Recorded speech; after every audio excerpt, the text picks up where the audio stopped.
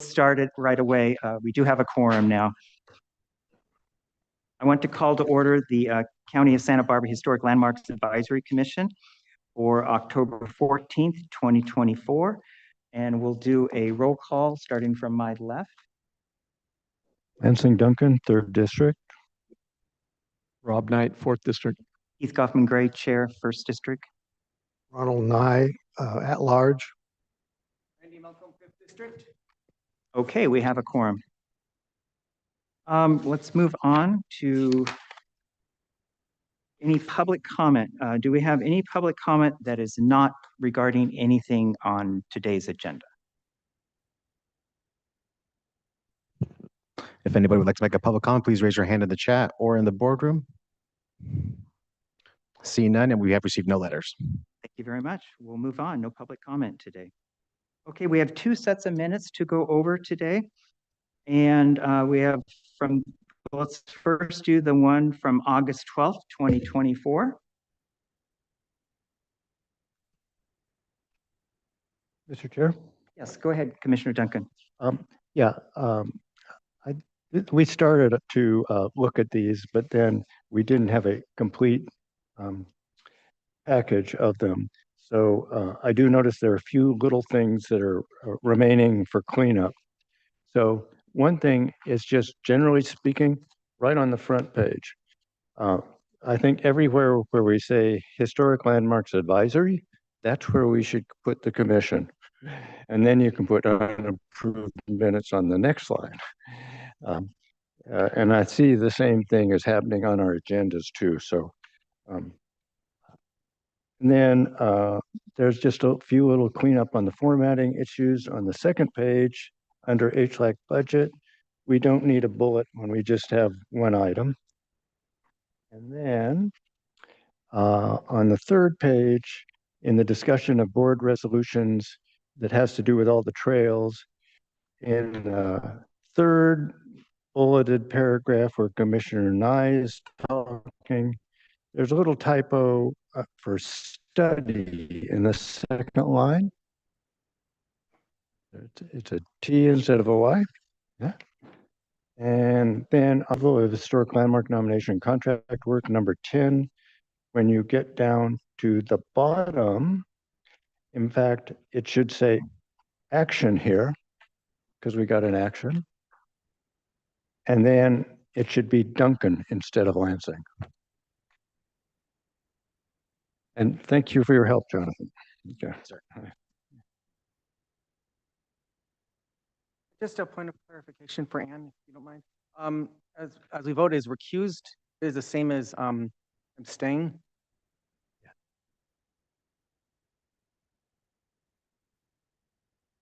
Yeah. No, recused would be when you have a conflict or something like that. So that should be abstained, I think. Abstained. Yes, then I'd like to, on item 10, I did not recuse myself. I abstained. Thank you. Thank you.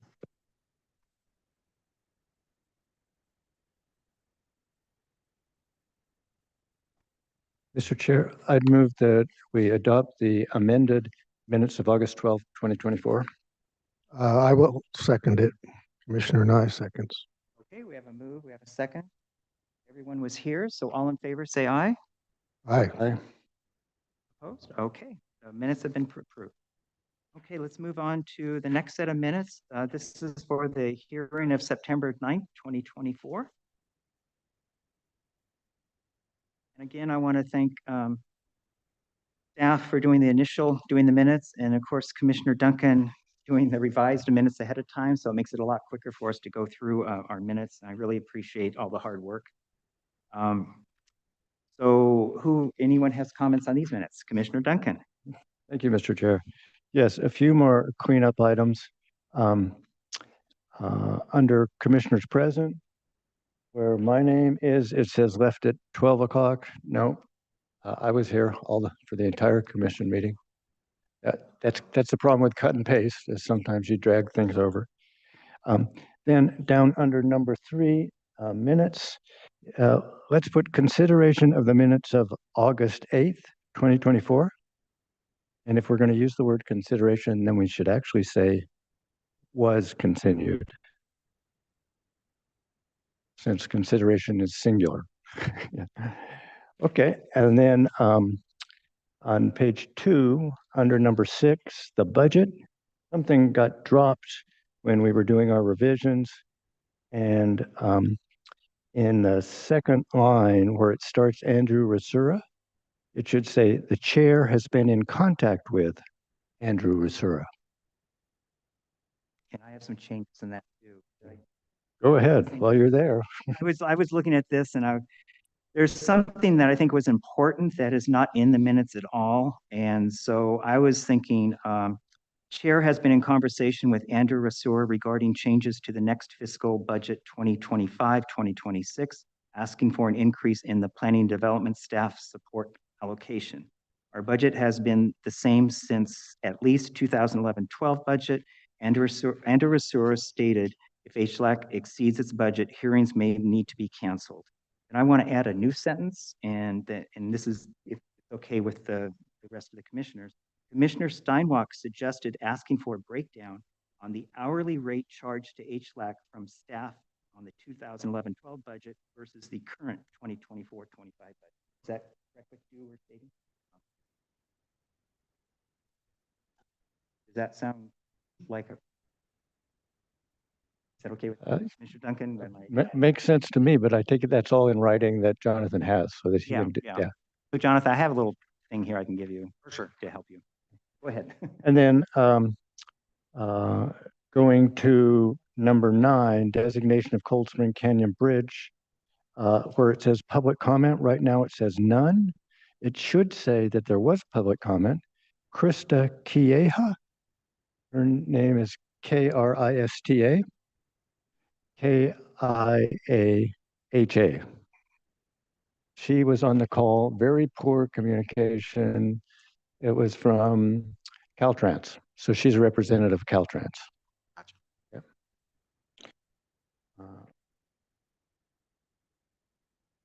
And that's all the amendments I have. Okay, any other commissioner comment? Commissioner Malcolm. Okay, item 10, the second bullet point distributed to me. Let me see here.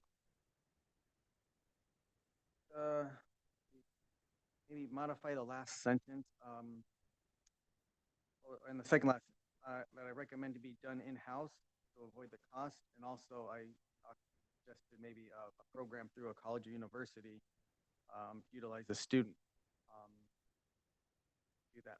Also, I may have said it's obvious that the bridge should be a landmark, and to not have to hire a professional because of that. I don't think I said that. But otherwise, yeah, we do not have to hire a professional, not because it's obvious that the bridge. That makes sense. Okay. Any other comments on these minutes? If not, Mr. Chair, I'd move that we adopt the minutes of September 9th, 2024 as amended. Commissioner Nye will second. Okay, we have a move, we have a second. Okay. All in favor to accept the minutes, say aye. Aye. Abstain? We have one abstain. Okay, thank you. The minutes have been. Staff update. The Planning Development HLAC staff will provide a brief oral announcement or report on items of general interest to the commission and members of the public. Do we have any staff updates today? Not currently. No staff update. Okay, thank you, staff. We'll move on to chair project discussion. I just have a couple of things today. I want to go over an update on the Bronze Historic Landmarks placards. At our last meeting, we got to see 2 of them that were done, but we had 6 that were completed. The ones we had already agreed to where they're going to go have been distributed to it was Coral Casino, the Santa Barbara Botanic Garden, Rocky Nook Park, and then we gave 2 to North County for Maddie's Tavern and what was the other? Hartley House. And the last one we hadn't yet had a So today I just want to let you know that Rocky Nook Park wasn't really set the last meeting. You know, our subcommittee went, we showed them where we thought the plaque should be, and we had a conversation, and they still had to meet to make sure that that is where they wanted it. Well, I gave them the plaque, and within 2 days, the plaque was installed. So we actually have a picture today to show you how the plaque looks at Rocky Nook Park. And it's near the entrance, that very first parking lot. And there is a boulder. Normally, we don't do boulders just to distract, but we thought the boulder idea was better than a standing sign in a public park because that could be destroyed. So Jonathan is searching right now for the picture.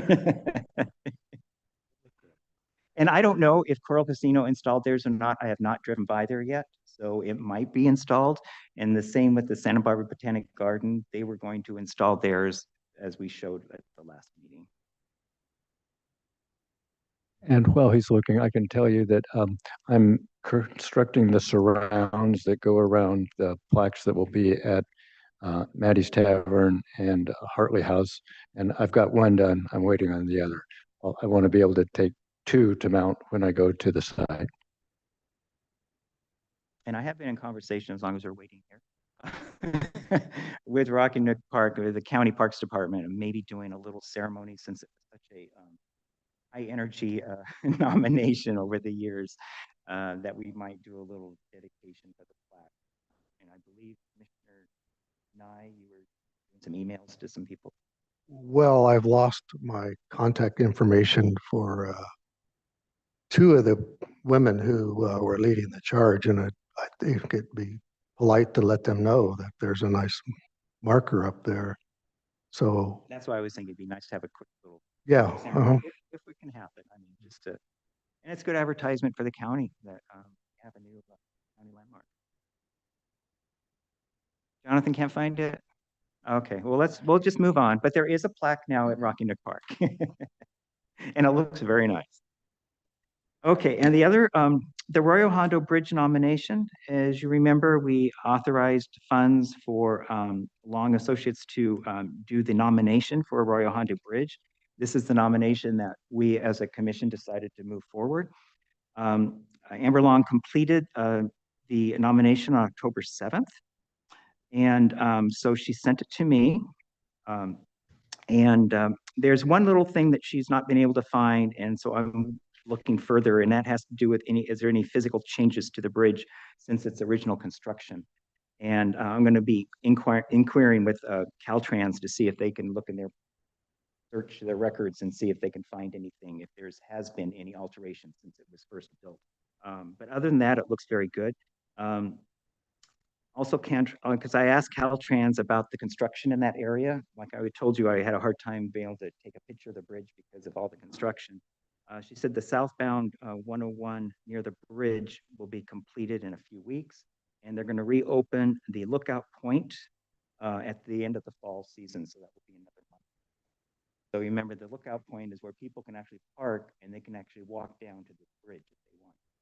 So that is really good news that is reopened. I wasn't even sure if they were going to reopen that. And so just, on this whole nomination, I'm kind of thinking we're working on, of course, we have to do a resolution. I'm hoping to bring the resolution with the nomination together to save time. And I'm looking at maybe our December meeting before the end of the year. That'll give us time to get these things taken care of. So that is what I have today for chair and project. Any luck, Jonathan? No. Okay. Okay, well, let's move on to the district reports. Do we have any district reports? Individual commissioners may present brief reports that would be of interest to the public and or commission as a whole. Commissioner Nye.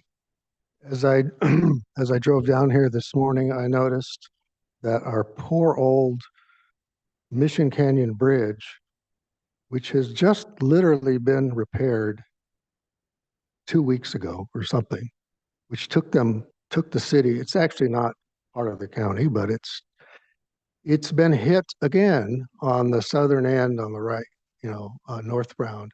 This time, what or who ever hit it really took a chunk out of it. And it's very sad. That one corner is just hit on a regular basis. And one of our outstanding historic monuments. Anyway, that's just FYI. Thank you. Okay, that's all for district reports. Well, let's move on to our standard agenda, since we do have a very full agenda today. Oh, sorry about that. We have a budget. It's right here in front of me. Okay, let's do the budget. Everyone should have the current budget in front of you. And yeah, let's do that first, and then we'll do the invoice that's in your packet too. So the budget is for through the end of September 30th, 2024. So 25% of our budget time has elapsed, and currently our total expenses is at 25%. But as you know, our big problem is the staff support line item. It is at 55% of the year right now.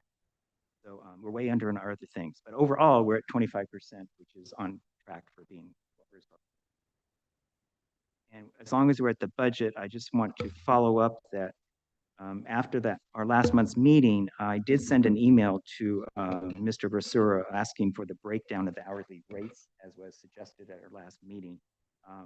And that was on September 12th, and I have not received a response. I want you to know that I did follow up on that request.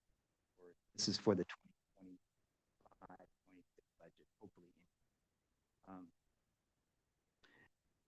So that's that. Any comments on the budget that's in front of you? Okay, in your packet for the budget, we also have the invoice from Long Historic Preservation Services. This is for the month of October. As you know, the Arroyo Hondo Bridge nomination, we had authorized up to $1,000 to create it, and we were billed $500 so far. And then there was the hearing on 9/9, which they were present, and so we were billed for that amount. Of course, that amount came out of our budget for the quarter. So we both are way under the $1,000 that we had budgeted. So I went ahead and authorized the payment of this invoice. Any questions on the invoice at all? And that's all I have for the budget. Any other questions on budget? Okay.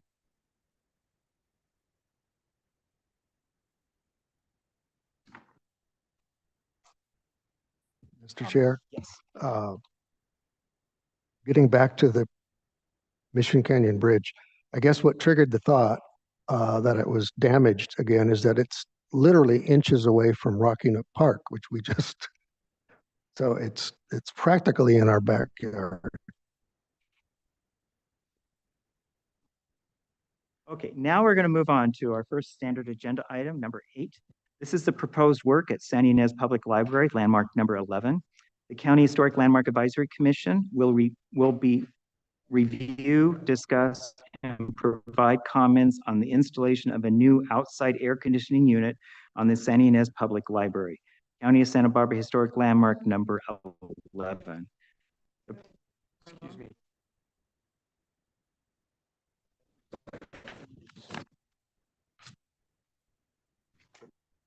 There was a revised Oh my God. agenda. I'm sorry. It says revised. Both of these say revised. So they got moved. Well, mine says public library. Two revised and they had switched them on me. So, okay. I'm very sorry. Okay, so let's go to, we're still in item number 8. The roof replacement of historic landmark number 1, the San Ramon Chapel. The County Historic Landmarks Advisory Commission will review, provide comments, and approve with modifications or mark number 1. San Ramon Chapel, a lightweight concrete and cedar shake look is proposed with 2 wood, option 2, cedar light silver wood, or high profile shake, asphalt shingle, and country gray.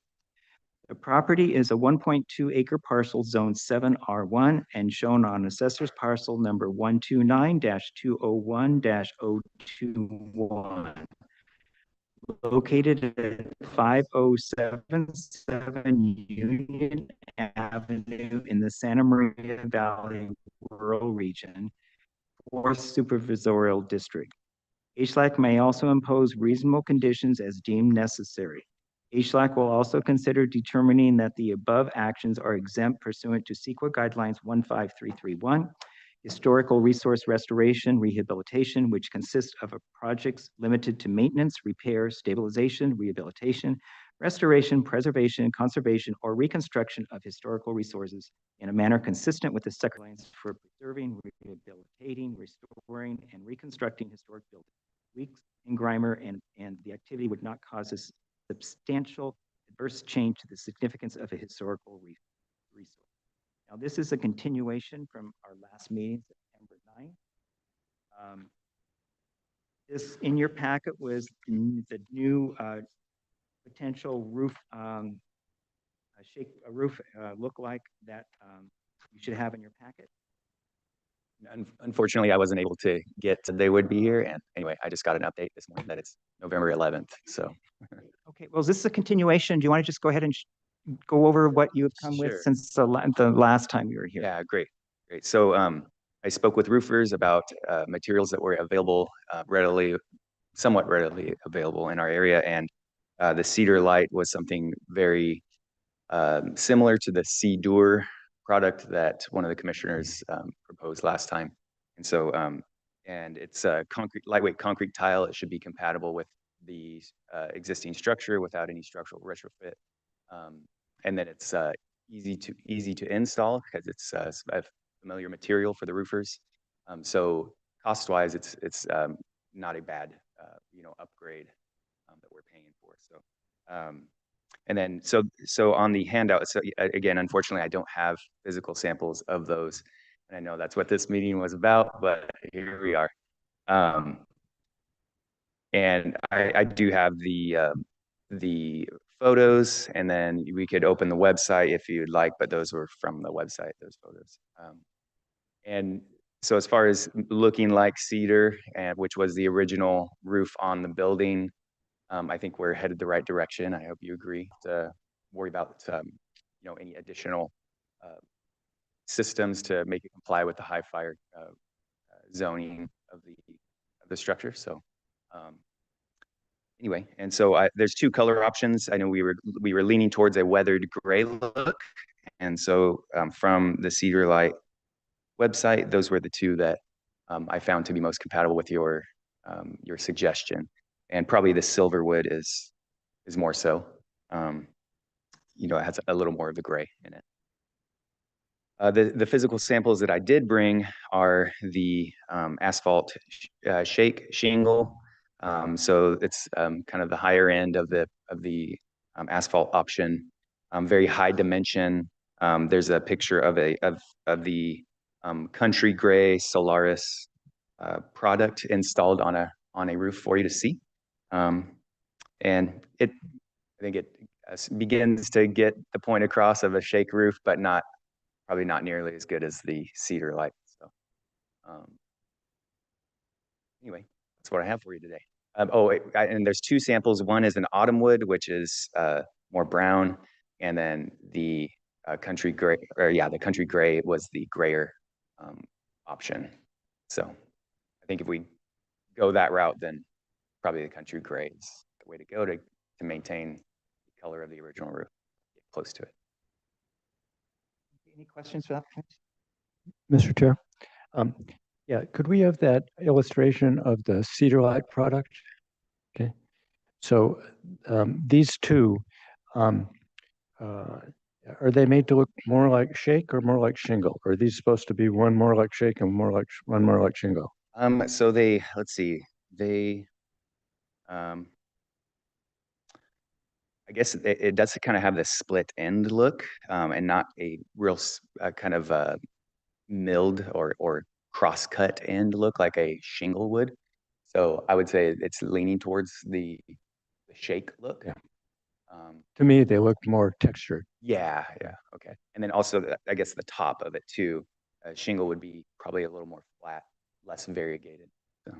Exactly. Yeah. Okay.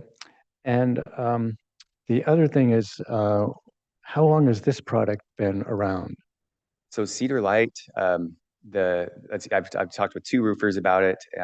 Tunnel Roofing, one of them, he's been around for a long time. And so when lightweight concrete tile was coming to the market in the 90s or so, this followed soon thereafter. And he did say that as far as a tested product, this is one that's been around longer than others. So, Okay. yeah. And then, are you willing to do this more expensive roof? As far as I know, I just haven't got a response from the preservation committee, but they were willing to raise money for the metal roof. So, yeah, I think there's some donors that they can pull from, I'd imagine. So, they didn't express any concern about the increase in price. Okay, thank you very much. I have, Jonathan, can you pull up?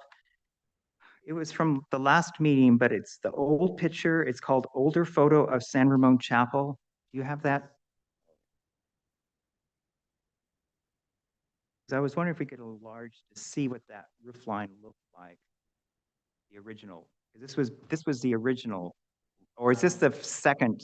Yeah, so that was First recon- probably the third Third? Okay. layer of roof that was, maybe the second layer of roof that was installed from that. But yeah, the older photo it does have asphalt shingle. Yeah, that's the one. Right. And if you could just really just pull it up so we can see if we can see the roof, how the shingles, if it's available. No, it doesn't. It just looks flat. Yeah. You can't see it. Okay. I was just hoping we could see the difference on. Well, that's the current roof. Yeah. That's the current roof. And that's just a sample of the metal. Okay.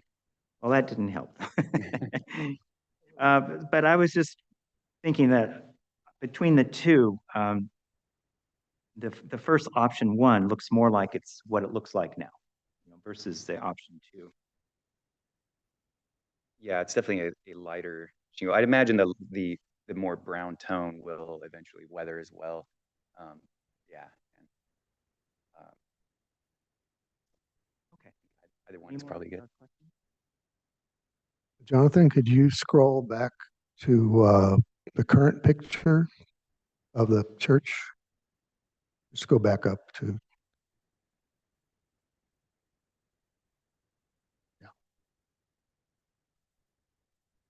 Yeah, thanks. That's it.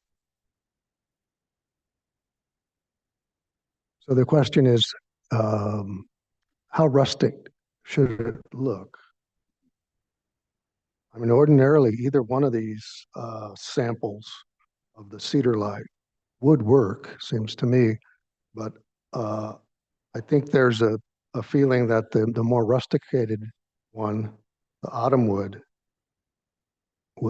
fit the era of this building better. I don't know. What do you think? I don't know what it is. It's a dumb comment. I don't know what to say, but I think if we are interested in the sort of the rusticated look, we would go with the autumn wood. Well, aren't they both the same? It's just one is darker than the other? I think Yeah. both Cedar. Yeah, it looks to me like the one on top has a rougher surface, but that just could be the picture. Yeah, there's probably more photos on the website, Jonathan, if you want to. So if you're saying those are virtually the same item, then it's back to color. Yeah. Okay. Yeah, Commissioner Melka. Just need to clarify. So, they're saying the Cedar Light, in your opinion, is probably looks like the original roof, Yes. and so the asphalt is probably the second or third. Yeah. Okay, so both have historic merit for the chapel itself in terms of looks, right? Okay. Yeah. Okay, well, before we get to comments, and we need to give him directions today because they've waited another 30 days and winter's coming, so they want to get started on this. There's a So we little need to make a decision today. do But to first, help let's us do a understand. public comment. Is there any public comment on this issue before we move forward? If anybody would like to make a public comment on this item, please raise your hand in the chat. See none? Okay. have no I'll letters. Make sure we get that done. So let's move on to comments from commissioners. So I think what we should do is make a decision what we'd like them to move forward with. And I guess we should do a motion on this too. So let's start with Commissioner Malcolm. Okay, just a comment.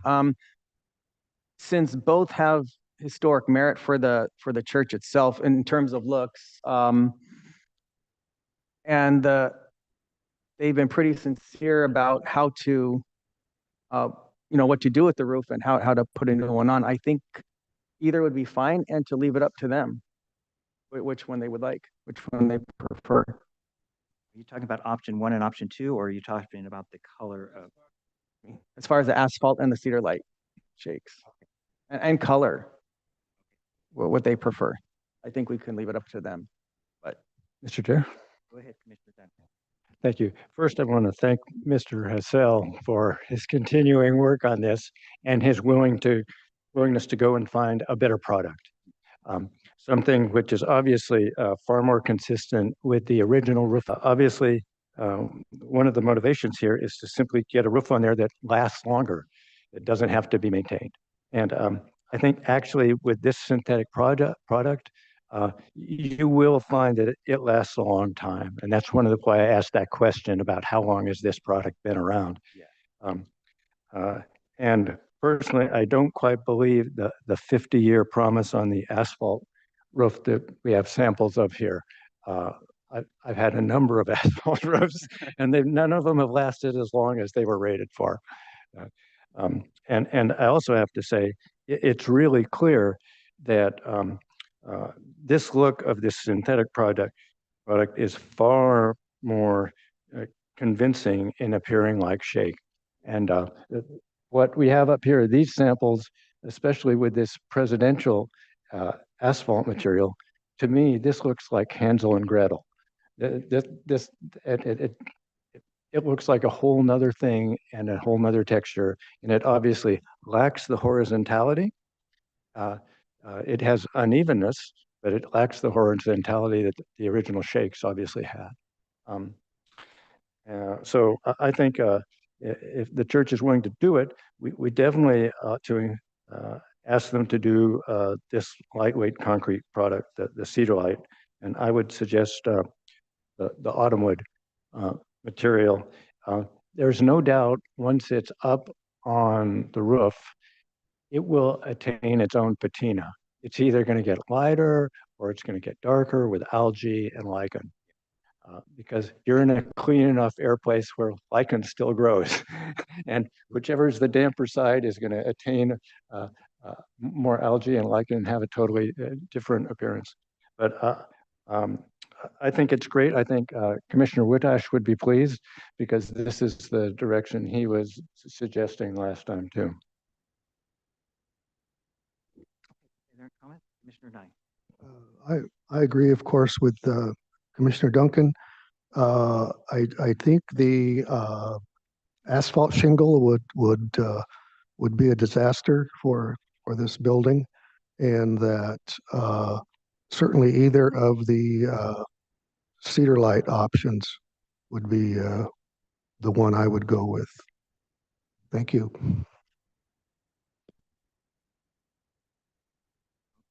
Oh, well, okay, it looks like I'm doing my comments.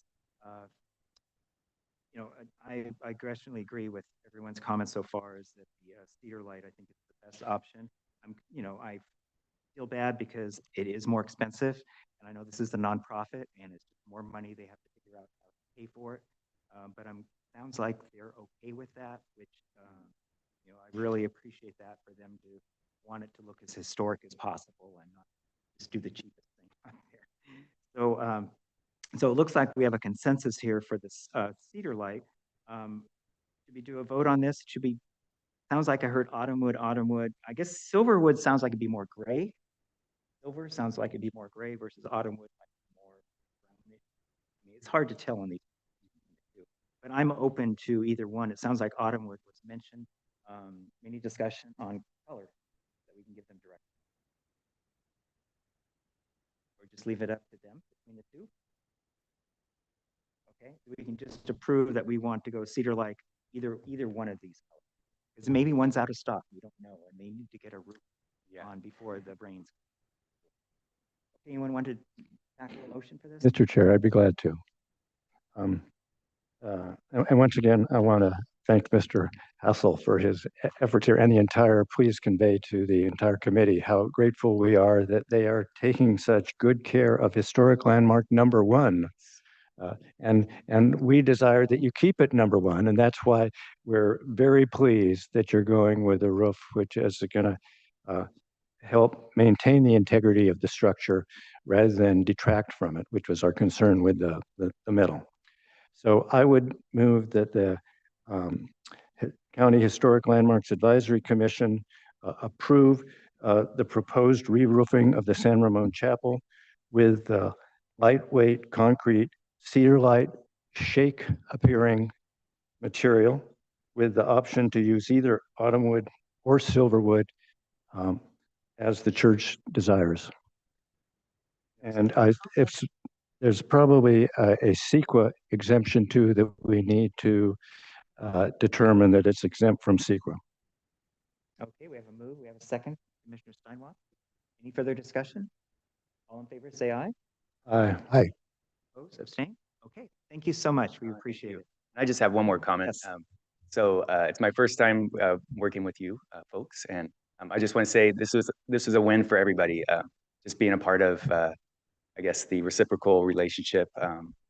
Yeah, ultimately coming up with something that is, yeah, great for the landmark in the end and in our community. So thank you for your input. I really appreciate it. Thank you for coming. Thanks for the feedback. Okay. Oh, yeah. Go ahead. I'll go ahead and read this agenda item. Now we are doing agenda item number 9. This is the proposed work at the San Ynez Public Library, landmark number 11. The County Historic Landmarks Advisory Commission will review, discuss, and provide comments on the installation of a new outside air conditioning unit on the San Ynez Public Library, County of Santa Barbara Historic Landmark number 11.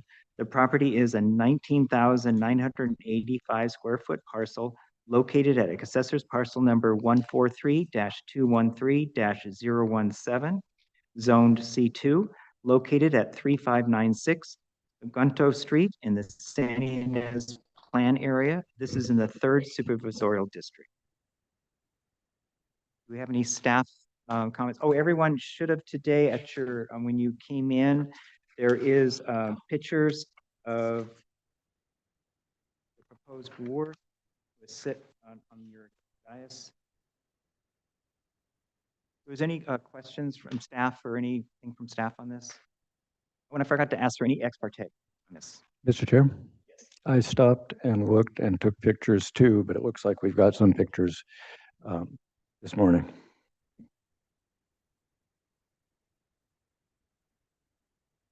Okay, well, let's move on with the presentation from the applicant. I'm trying to get a hold of the applicant right now. I assumed he was going to be here in person, but I just emailed him to see if he's going to be joining us online. So he's not here. Yeah. So you want to just table this and move on? Yes. Table this. So item 1 has been tabled. Okay, we'll move on to item 10. Okay, redesignation of 2929 East Valley Road as a historic landmark. The County Historic Landmarks Advisory Commission will consider adoption of a resolution redesignating the Chaffee residence with sandstone landscape features located at 2929 East Valley Road as a County of Santa Barbara historic landmark. There's a misprint here. It should also have an attached garage. HLAC will also consider determining that such action is exempt from the California Environmental Quality Act, CEQA, pursuant to section 15308 of the CEQA guidelines as an action taken by a regulatory agency as authorized by local ordinance to assure the maintenance, restoration, enhancement, or protection of the environment, where the regulatory process involves procedures for protection of the environment.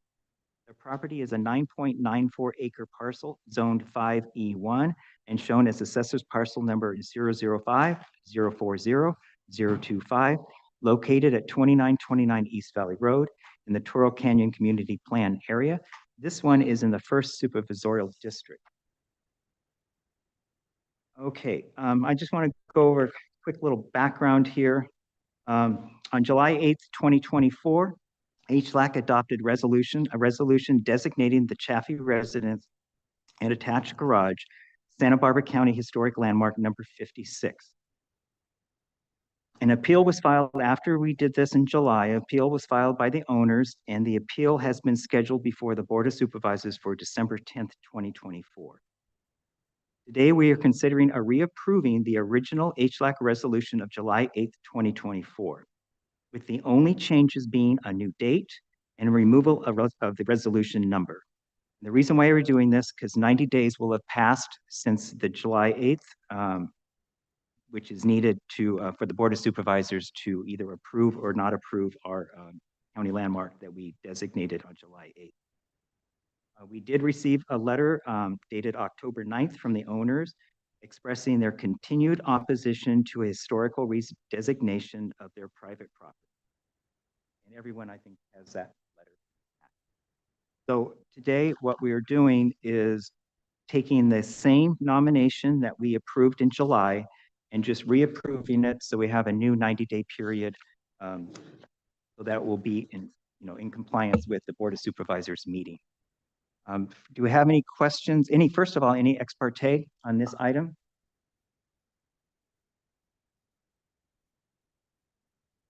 Okay. Any staff, anything update on this? No updates on this project. Okay, well, we're not doing a presentation. We're just re-nominating this. So we can open it up for questions for commissioners on this item. Mr. Chair? Yes. Yes, we received a letter from Brownstein Hyatt Farber Schreck LLP, and it lists a whole bunch of different objections to the designation, which I carefully read. And then the other thing is it talks about all these changes to the resolution, but I couldn't find those changes in the copy we have. So I'm sort of wondering about that. The only little change I could see is somebody took an is and changed it to an R, and I would suggest we change it back to an is. But other than that, the only changes I could see were the ones you spoke about, the date. Commissioner Duncan, what happened is the wrong resolution was posted in the box. And I don't know how this happened, but I want to apologize to the applicants. Because they thought the resolution was changed and they spent all this time writing this letter about the changes when in fact we're not changing the original approved resolution of July 8th. Except for what I just said, date. And so everything you see there, unfortunately, a lot of time and I'm sure money was spent researching all of this for this letter.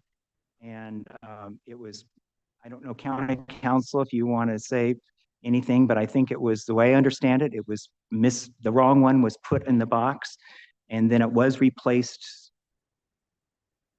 I don't know how to word it, timely manner. I'm not sure how long it was up there because I didn't know about it until after the fact. And we got this letter. No comments from county council? I think that's correct. The old one was put up first and then replaced. It was replaced with the one that. So yeah, it's a very unfortunate situation. Would you like me to point out the one thing I saw that was changed? Go right ahead. Okay. So in fact, it was referring to one of the paragraphs that were cited as changed. And it's the paragraph that's listed as 2D when it's talking about the interior of the Chaffee residence and attached garage. And what I noticed in the previous one is it says the interior of the Chaffee residence and attached garage with sandstone landscape features, including the interior work authorized by issued county building permit 22 BD. I'm not going to go through all these numbers, but the point is it says including those things and 24 revision. And then there's a comma and it says is not subject to the foregoing conditions. That's the way it read before with a comma and is. And now it's actually the comma was taken out and R was substituted. Now, I'm not an English major, but I think actually in that case, because it says interior and the other is including, and that's a qualifying clause. Since they're not connected with and, it should go back to is. And for clarity, I think the comma should go back in too. So what I would suggest is, and I just would want to make sure this is something also that in this case, the owner's representatives, since they're concerned about how this reads, understand and would want us to have if we're going to adopt the designation. So the suggestion is to go back to the original, which it says 24 REV 00185, comma, and change the R to is. The whole point being the interior isn't, and then including. So that's my question of the owner's representatives when they get to the podium. Okay, thank you for catching that. Any other questions? Okay, so let's move to a public comment on this. If anybody would like to make a public comment on this item, please raise your hand in the chat or in the room.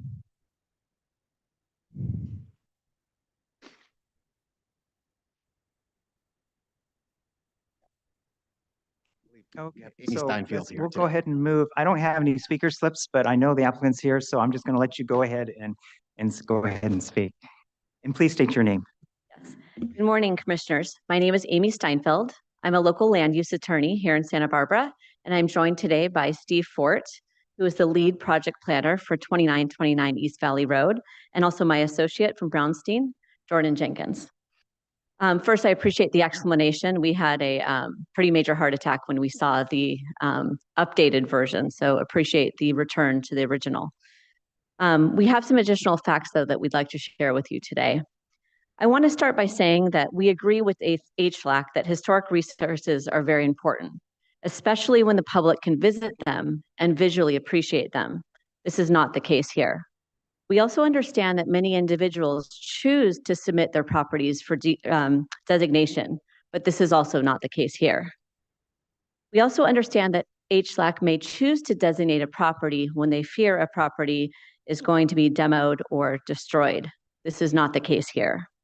I had the opportunity to visit this beautiful home last week with Steve, and I was struck by the fact that this home is located well off East Valley Road, down a windy lane in a very remote area of Santa Barbara County. It's an area I've never even visited after 20 years living in Santa Barbara. This house is not visible from East Valley Road and is shrouded by oaks. This is very different than the Coral Casino, All Saints by the Sea, or the Stowe House. We're here to reiterate that redesignation is incompatible with reasonable processes and my client's expenditure of resources to date. It's a waste of resources to redesignate this property after the board failed to act within 90 days. This could create a continuous cycle of redesignation and failure to act where homeowners in the county are forced to spend resources on defending themselves, and they could be stuck in a perpetual loop of uncertainty. When the owners purchased this home back in 2022, they had no expectation that it would be designated. Designating a private property against a homeowner's wishes is highly atypical in this county, as we discussed at the July hearing. In fact, we couldn't find any evidence in recent history where a property was designated against an owner's wishes. As we shared with you previously, to say the homeowners are careful stewards of the property is an understatement. They've hired county-recognized historians, engineers, designers, architects, planners, landscape architects, and contractors, and now land use attorney, to ensure they're carefully maintaining this historic resource, yet it can still become a home for these homeowners and not a museum. When I visited the property, I was able to meet the contractor and see really all of the attention and detail and care that has gone into this home. The homeowners have carefully selected like-for-like materials that match the finish and color where replacements are needed due to damaged materials like the slate roofing. And in fact, the patterning will even match the historical patterning. The Santa Barbara Board of Architectural Review has raved about the project design not once, but twice. The homeowners have done everything right in restoring this property. They've met every requirement and have spent significant time and resources to not just to restore the property, but to make it safe and habitable. No good deed goes unpunished, it seems. Also, my clients are not interested in the exemptions provided by the Historic Building Code, and they will not qualify for any tax benefits. These are some of the new facts I wanted to point out that have occurred since we were last here and earlier in the summer. HLAC's actions have brought unwanted attention to this private property. The homeowners are very private people and did not seek any attention. Unfortunately, as a result of these noticed hearings, recently trespassers wearing large hats have entered the property by hopping over the gate with a large camera. We believe the attention by this process has brought to this private address has encouraged folks in the county that has led to these unlawful trespass events. We're also very concerned about copycat trespassers.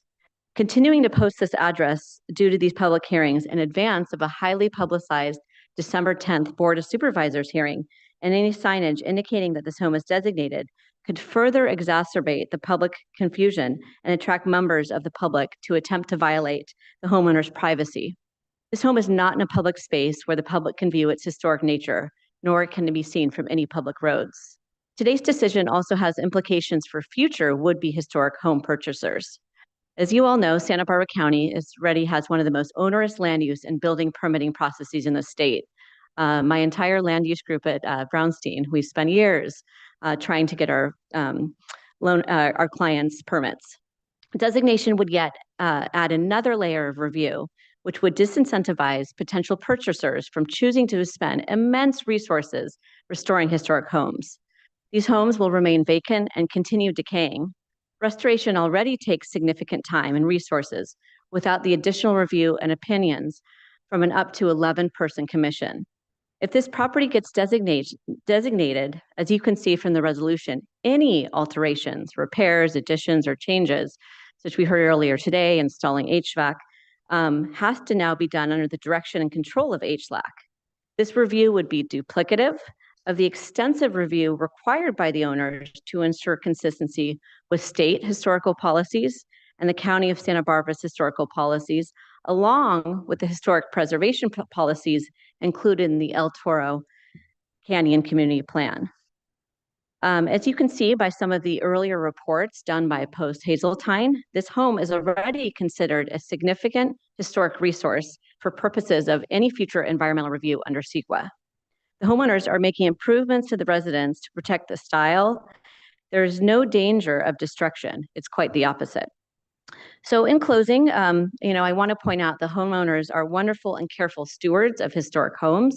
This is not the first time that they've restored homes. They've done so in San Francisco. So we request that you do not redesignate this property today. And if you do move forward, there is one change that we would request. This is section 2F. You can request, for example, a tour, and that's not the case. So we'd like this language to be amended to say this property is privately owned and public access is not permitted. This language was included in our letter. The homeowners will not grant access to their private home, and they don't wish to propagate confusion over this issue. We also want to share that if HLAC redesignates the home today, we will be forced to again appeal this designation by the board because this is a new action. And the landowners have chosen not to sign the consent provision of the draft resolution, thereby making it null and void. With that, Steve and I are happy to answer any questions. Any questions? Mr. Chair, yes. Did you note the one little change to the resolution that I suggested, which is just Yes, and I do change? support that. I agree with you. It's proper to change it to singular. Okay. Thank you. Could you repeat your suggested wording on F? Yes. So we would like it to state this property is privately owned and public access is not permitted. So striking and prior permission is required for access. Mr. Chair, question. Okay. But couldn't that be interpreted as meaning that members of the public couldn't go to this place and the county is telling that, telling people that? Yeah. So when we review public access, in legalese, that would be very different than an invitee, which would be a guest that they invited to the property. So right now, if you attempt to access the property, there is a gate up on East Valley Road, and so no access is permitted beyond that point unless you have an invite from the landowners. I don't understand why you're objecting to the existing language because it clearly says that that is in the control of the owner. Yeah, we're just concerned because it suggests that you could, a member of the public could request permission to access this landmark. So as read, it appears that, you could simply call them up and request that you come visit this property. So we believe that the language "and public access is not permitted" makes it clear that they're not offering members of the public access in the form of a tour or otherwise.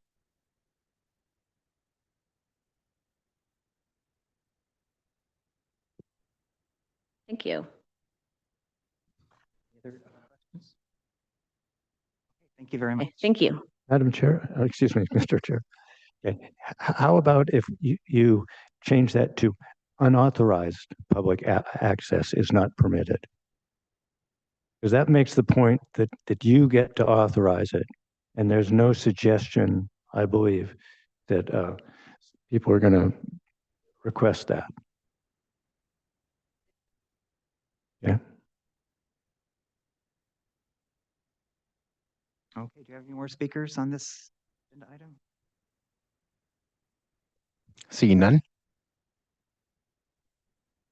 Okay, any questions, more questions from Commissioner? We already did public comment. So we'll move on to, I guess, comments from commissioners on this. Yes, go ahead, Commissioner Malcolm.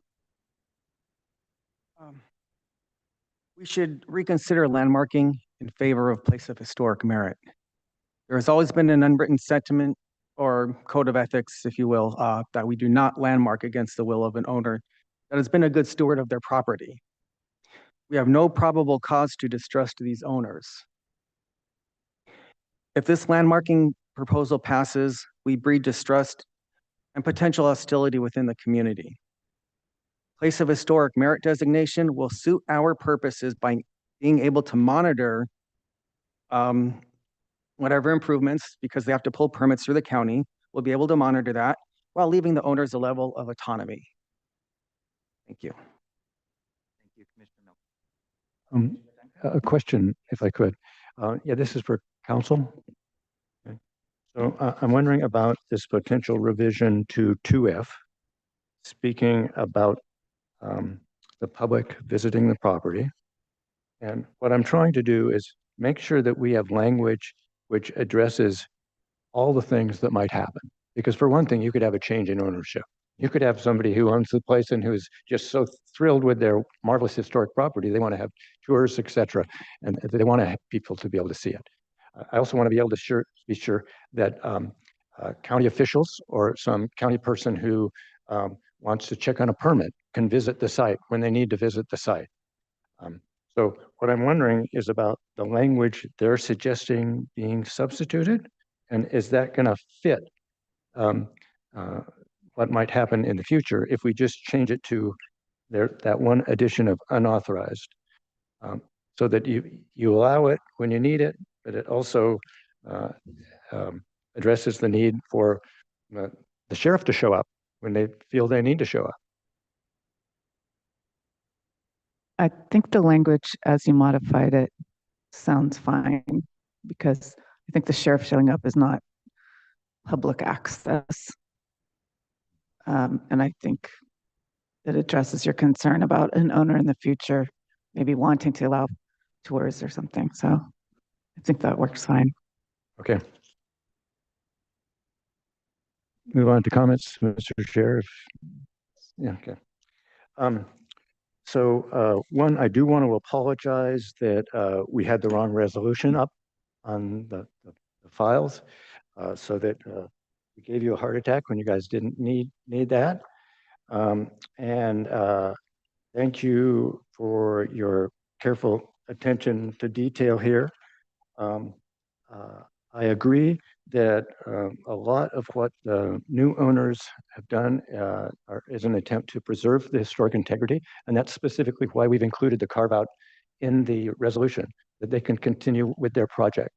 Um, and I also want to apologize for the fact that the Board of Supervisors does not move very quickly, so you have to be back here before us right now, because normally you wouldn't need to do that. Then I also want to address the issue that's been brought up in terms of, well, this is a property that the public can't see. Well, in fact, that public view issue, which we are going to get to maybe even later on, that public view issue is just one of 9 criteria. That's F, but there are 9 criteria that are actually, any one of those could make it qualified to be designated a landmark. Then as far as changing this last item regarding the private property and discouraging public access, if council says that that amendment with the addition of unauthorized will work, then I'm in support of that and making that change. And obviously, we don't want to encourage looky-loos who are uninvited to the property. That's not our desire. We just want to make sure that in the future, that historic integrity will be maintained on such a wonderful property. So, Mr. Chair, I'd be willing to make a motion if somebody else isn't willing or has other comments that We're still on change things. other commissioners. Any other commissioner comments? Commissioner Nye? Commissioner Duncan said it all so well that I can't add anything to that. That I agree with his position, and I'm interested in moving this forward on designation. Thank you. Well, I haven't changed my opinion since when we first started this. I think this is just a very unique historic resource for the county of Santa Barbara. Our resolution has tried to work with the property owners in a lot of different ways, and we carved out the what they're working on right now that will not affect their process of their addition to this landmark. And we're only asking to preserve the outside of the building, the attached garage, and that one area of hardscape. So I have not changed, and I will be supporting this resolution to move on to the Board of Supervisors. Again, I want to apologize again about what happened as far as putting the wrong one up there. And also this whole 90-day period, having to come back. We don't want to have to do this either. And we're going to have to do it with another one down the road. So, I mean, it's, the Board of Supervisors is really backed up, and it's hard to get on their calendar, and it's been very difficult. So it sounds like we're going to have a motion here.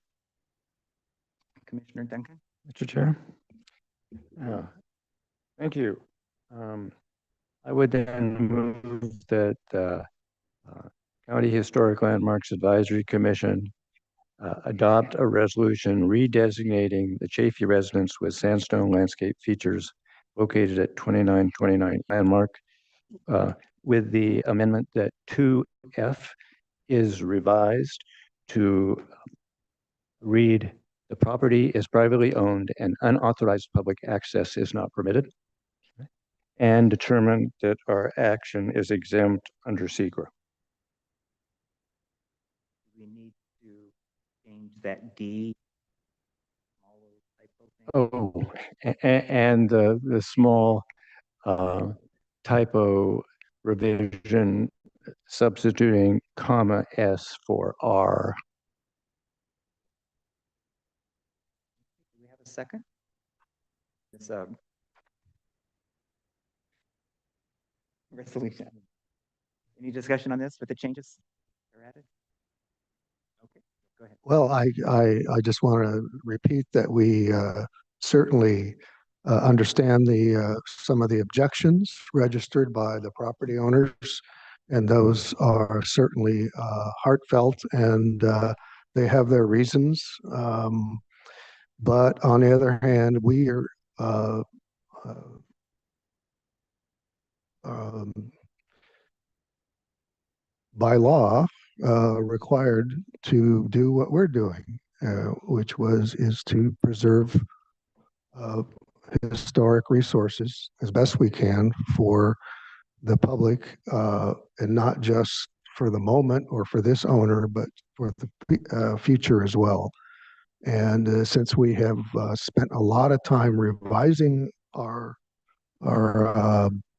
nomination or designation, to address as best we can the objections by the owners, I think now we can go forward with this designation. Chair, I have a comment. Yes. I just want to clarify, the resolution reads the Chaffee residence and attached garage with sandstone landscape features. It should be called the Chaffee. So let's do a roll call vote on this. We have a move, we have a second. So I'll go my left to right. Commissioner Duncan, Aye. Commissioner Knight, Aye. Mr. Steinwalk. Aye. Commissioner Coughlin Gray. Oh, wait, I'm sorry. Commissioner Nye, Aye. Commissioner Malcolm, No. and Commissioner Coughlin Gray. Aye. Okay. And thank you for coming today.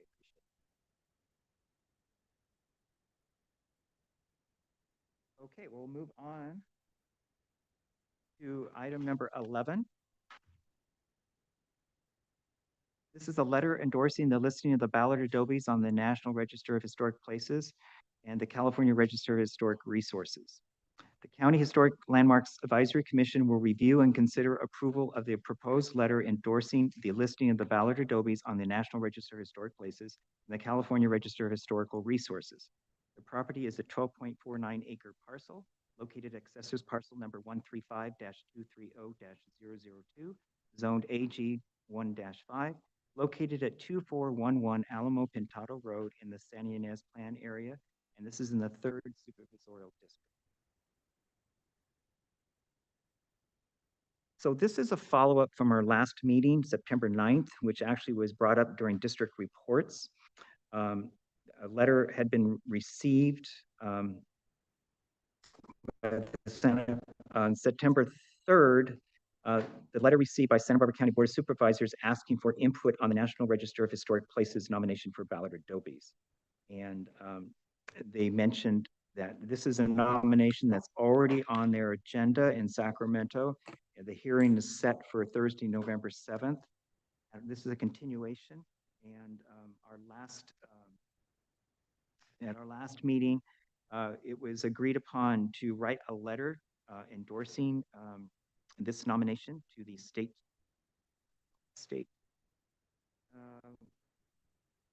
Historic Resource Board.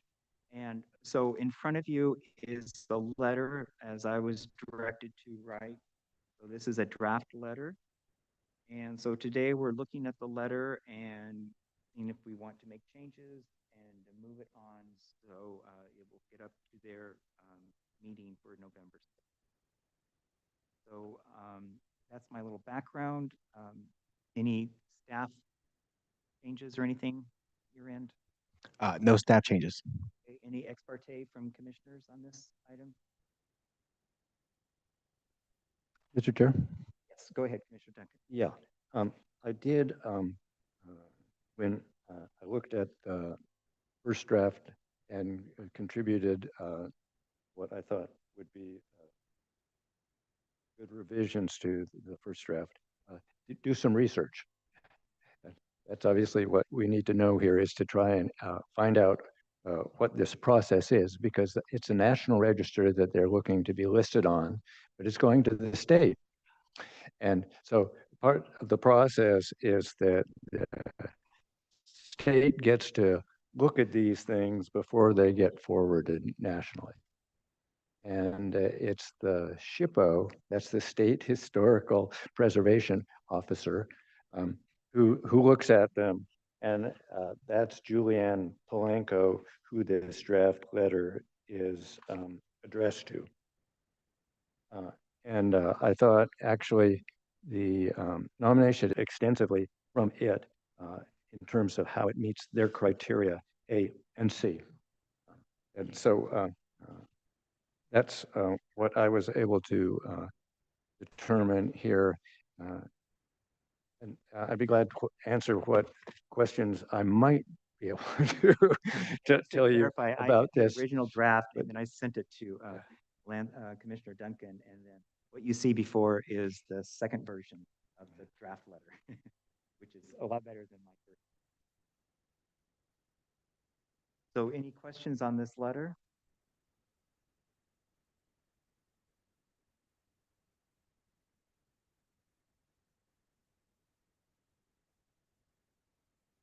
No questions? Let's move. Any comments on this agenda item? Public comment? If anybody would like to make a comment on this item, please raise your hand in the chat. Seeing none. We do have Sonia Miller from Caltrans on. Caltrans? Yep. Okay. Go right ahead. I have no comments. Oh, okay. Thank you, Sonia. Thank you. Okay. Okay, so let's go to comments on this letter, and if we approve, we can just approve it, and we can go ahead and send it on to the table. No comments? We're talking about Commissioner Duncan's revised letter. This is the only one that you saw. You never saw my original. You're mixing up the other agenda item. There's two letters today. This is for the Ballard This is for the Adobes. Ballard Adobes. Okay. This is not the All Saints. Okay. One thing, just a little formatting thing again. If we've got the letter pulled up, can we pull up the letter? Okay. There we go. Yeah, just a formatting thing at the top. Let's make it read Santa Barbara County and then Historic Landmarks Advisory Commission on the second line. That way, I'm trying to keep Historic Landmarks Advisory Commission Oh, all yes. in one block. In both our agenda, our minutes, etc. Yes. yes, Gotcha. Yeah. Yeah. And then that mimics what's down further on the letter too. Okay. Yeah. So we're going to just go ahead and someone give a motion to approve this letter be sent off. Someone besides Commissioner Duncan seems to be doing all the motions this morning. Well, I continually flub on motions, but I will officially submit a motion to approve of this latest October 14th letter to Julianne Polanco regarding the Ballard Adobes. Okay, do we have a second? Commissioner Steinwalk seconds. All in favor, say aye. Aye. Okay, thank you very much. Mr. Chair, just a little follow-up. So what will happen is, assuming it gets listed nationally, it will also be listed on the California Register of Historic Resources. Also, Mr. Chair, I guess nobody is representing this property today. I'm a little disappointed because the registration form is just so outstanding. It's an excellent, one of the best ones I've ever read. And I wish I could tell the consultant from Chattel Inc., which is a historical company that we've run across at least once before for their outstanding document with the historic photos and in-depth research. And this is an excellent documentation of that property. Thank you. Okay, let's move on to agenda item number 12.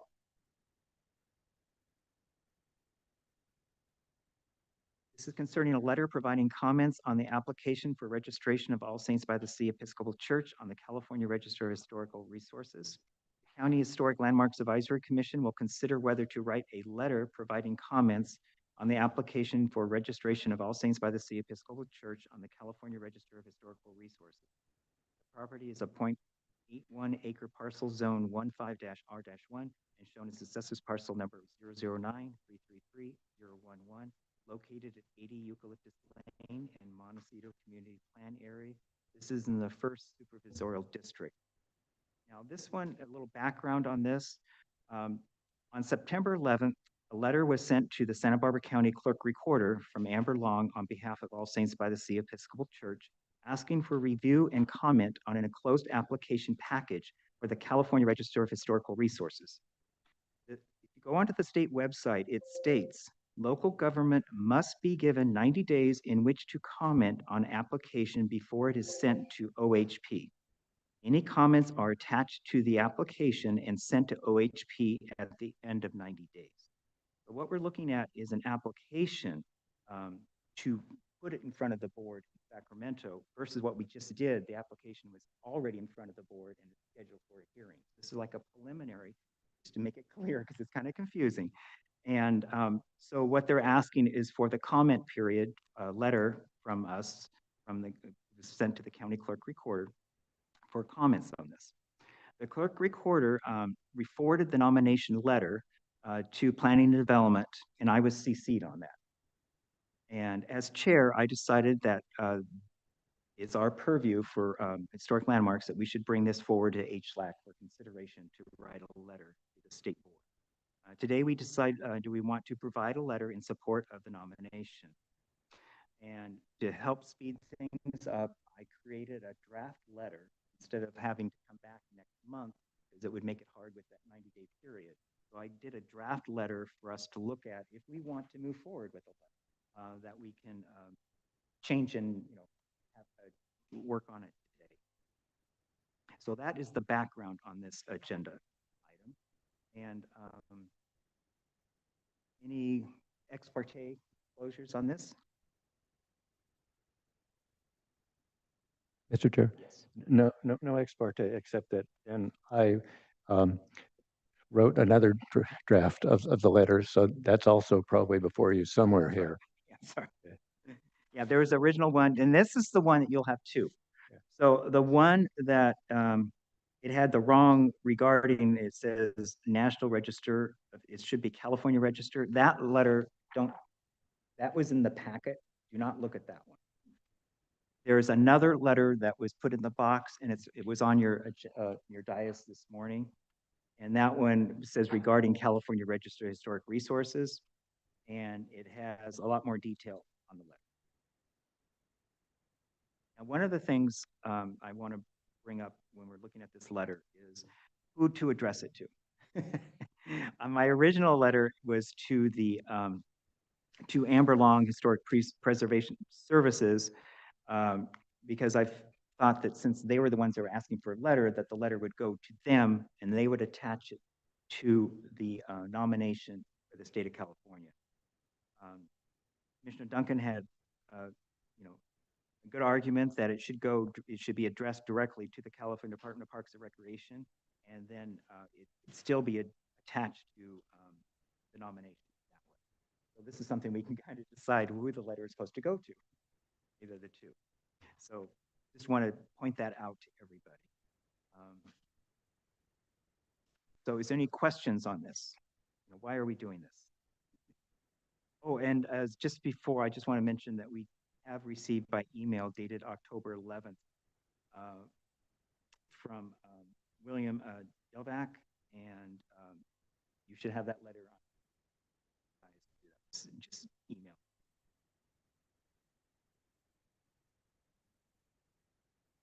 Any questions on this? Mr. Chair? Yes. Yeah. Is Amber Long going to present anything to us, or? No. No. Okay. As far as I know. So we're on our own. She's available, she's online, so she is available for, to answer questions. Oh, okay. Yeah, I mean, we could ask the question about who to address the letter to. right. Oh, she does, okay. Ms. Long, do you want to, have any follow-up on this before we get further into it, this, item? Yes, good morning. Thank you. We appreciate your support in this application. As Chairman Kaufman Grace stated, the procedure to do this is a little bit vague in this case. We did call the State Historic Preservation Office. They did not provide much more clarity. So we do appreciate you taking this on. I believe that addressing it to Julianne Polanco would be just fine. And it will go as an attachment to our full application onto the state after the 90-day comment period has ended. And we will include the letter. We will include the receipt from our registered letter requesting this letter, and that'll all be part of our package. Thank you very much for clarifying that. I have a question. Go ahead. Mr. Chair. Yes, so Ms. Long, I'm looking at your form. Let's see, what number are these? They have a number that, oh yes, it's the 523A. It's the DPR 523A form that you filled out. And I can see on the third, no, it's actually the second page. It talks about the criteria for NRH being the National Register, although that's not what you're looking for here. And things 3 and C would refer, 3 would go to the national, C would go to the California. That's correct. At the time that these DPR forms were prepared, we were using the evaluation analysis done by the church's original consultant in 2015, which they were also considering the National Register at this time. At this time, the church is only moving forward with the California Register nomination. You are correct that the 3 is part of the National Register criteria, and C would be the state criteria. The criteria are the same. It's just that the national level and state level, one gave them numbers, one gave them letters. So that's why you see both Okay, of those and then there. I get down to the bottom of this discussion, it says continued, and I go to the next page, page 3, and down below where it says significance continued, here it says county landmark. And the thing is here, once again, I think you're going back to post-Hazeltine's 2015 analysis. Let's see. So I'm sorry, I'm looking for where we've continued this. Okay. Yes, we are going back to their analysis from the 2015 report and have included that here. I know that there's additional questions regarding the landmark criteria. This was pulled from their report. You will also see that on page, it's called the building structure and object record, which you're on now. So if you go down to B14, you will see that we have quoted Post Hazeltine and the date of their report as the source and evaluator of this documentation. My firm simply took their information and put it in these forms for the process of going to the state for this designation. Okay, but there is just, from our perspective, these aren't the county landmark criteria as we look at them. We look at A, B, C, D, E, F, G, H, and I. 9 Correct. criteria. 9 Correct. So criteria. at the time it was written in 2015, the criteria were different. And so that has not been reflected here, and that can be a change requested and updated. Use the criteria and designation system in place in 2015. Okay. Thank you. My pleasure. Wrong questions still? I mean, we're not really supposed to be reviewing your nomination, but I just want to make it clear now, the address has now been changed officially to 80 Eucalyptus Lane instead of 83? That is a county sort of parcel address issue we came up against. So when going to the county and submitting our application to take the landmark to the Board of Supervisors, the only acknowledged address for the church that would let us actually go through the online process was 83 Eucalyptus Lane. That is their mailing address. Through that process, we realized that while that is their mailing address and that is what the county system acknowledges as their address, the parcel, the individual parcel that the sanctuary building is on is actually 80 Eucalyptus Lane. Okay, because that's how we changed the nomination for going to the Board of Supervisors with the 80, correct? Is that correct, County Council? Yes, going to the board, it's 80. Okay, I was just noticing that this document all has 83. I was just thinking, Yes, that wasn't something we understood until it was requested that we apply for a designation permit to take the nomination to the Board of Supervisors. Before that there was an addressing issue. okay, thank you very much. Any more questions? Well, let's move to public comment. We do have speakers here today, and they've been very patient waiting through this whole meeting so far. We'll start with, I'll just do what I have on top. I have a William Del Rey, which was actually the author of the letter that we received, and it will be followed by Evan St. Clair's. So we'll start with William. If you have a different way you'd like to speak too. Sorry, sir. If you'd like a different order of speaking, just let me know and I would actually prefer to go at the end so I understand Okay, the arguments. that's fine. Thank you for that accommodation. Sure. So I'll start with Evan, and then we have Katie. Okay. So we'll start with Katie. Evan? Good morning, Commissioners. My name is Evan St. Charles, and I'm a Senior Associate and Architectural Historian with Architectural Resources Group. I meet the Secretary of the Interior Standards, Professional Qualification Standards, and I am here on behalf of Miramar Acquisition. The California Register nomination for All Saints by the Sea Church that is in front of you today does not mention views as a basis for designation. However, given the importance of this discussion, I want to reiterate why these views are not historically significant. As described in our memo dated October 11th, 2024, and included in the Commission's packet, church leadership and its consultants have stated that the church's north view shed is significant to the history of the church, but do not provide evidence in support of this assertion. The church's consultants have also incorrectly stated that the primary entry and exit of the church have always faced north, but historic photographs indicate that the north entry and ramp were added later and were not part of the original design. Research does not indicate that Arthur Benton's design for the church was oriented to take advantage of specific views. Rather, per a 2015 study by Post Hazeltine Associates, the church was developed to serve guests of the Miramar Hotel as well as nearby residents. Its location and siting in proximity to the hotel and orientation towards Eucalyptus Lane appear to have been in response to this function.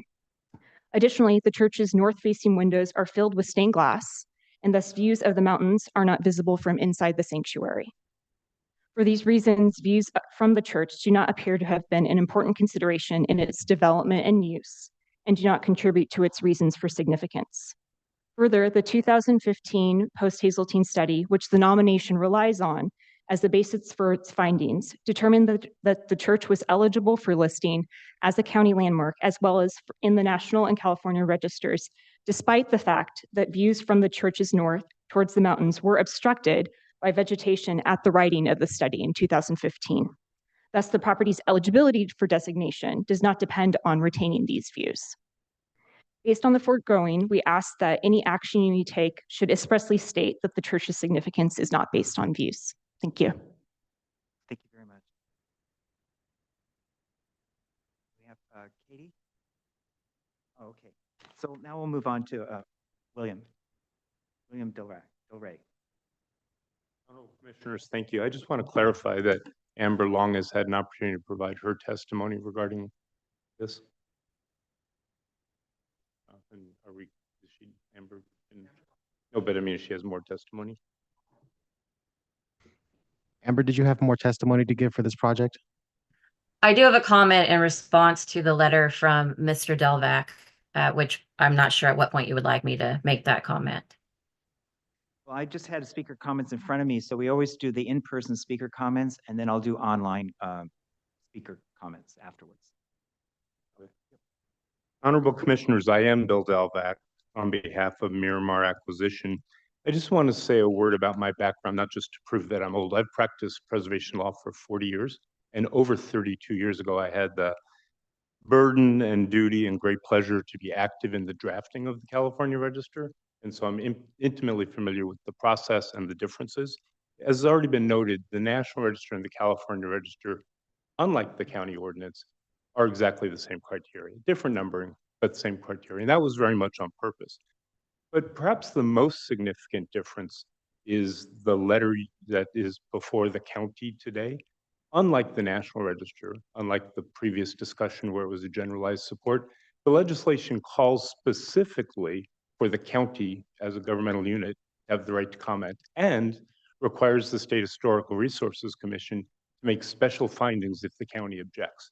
And we're not predicting that the county will object. And in fact, I want to say Miramar has not objected to the county designation.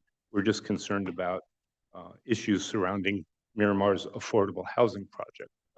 So with that context, the reason for the county comment was Governor Wilson's administration required that the local government have a role.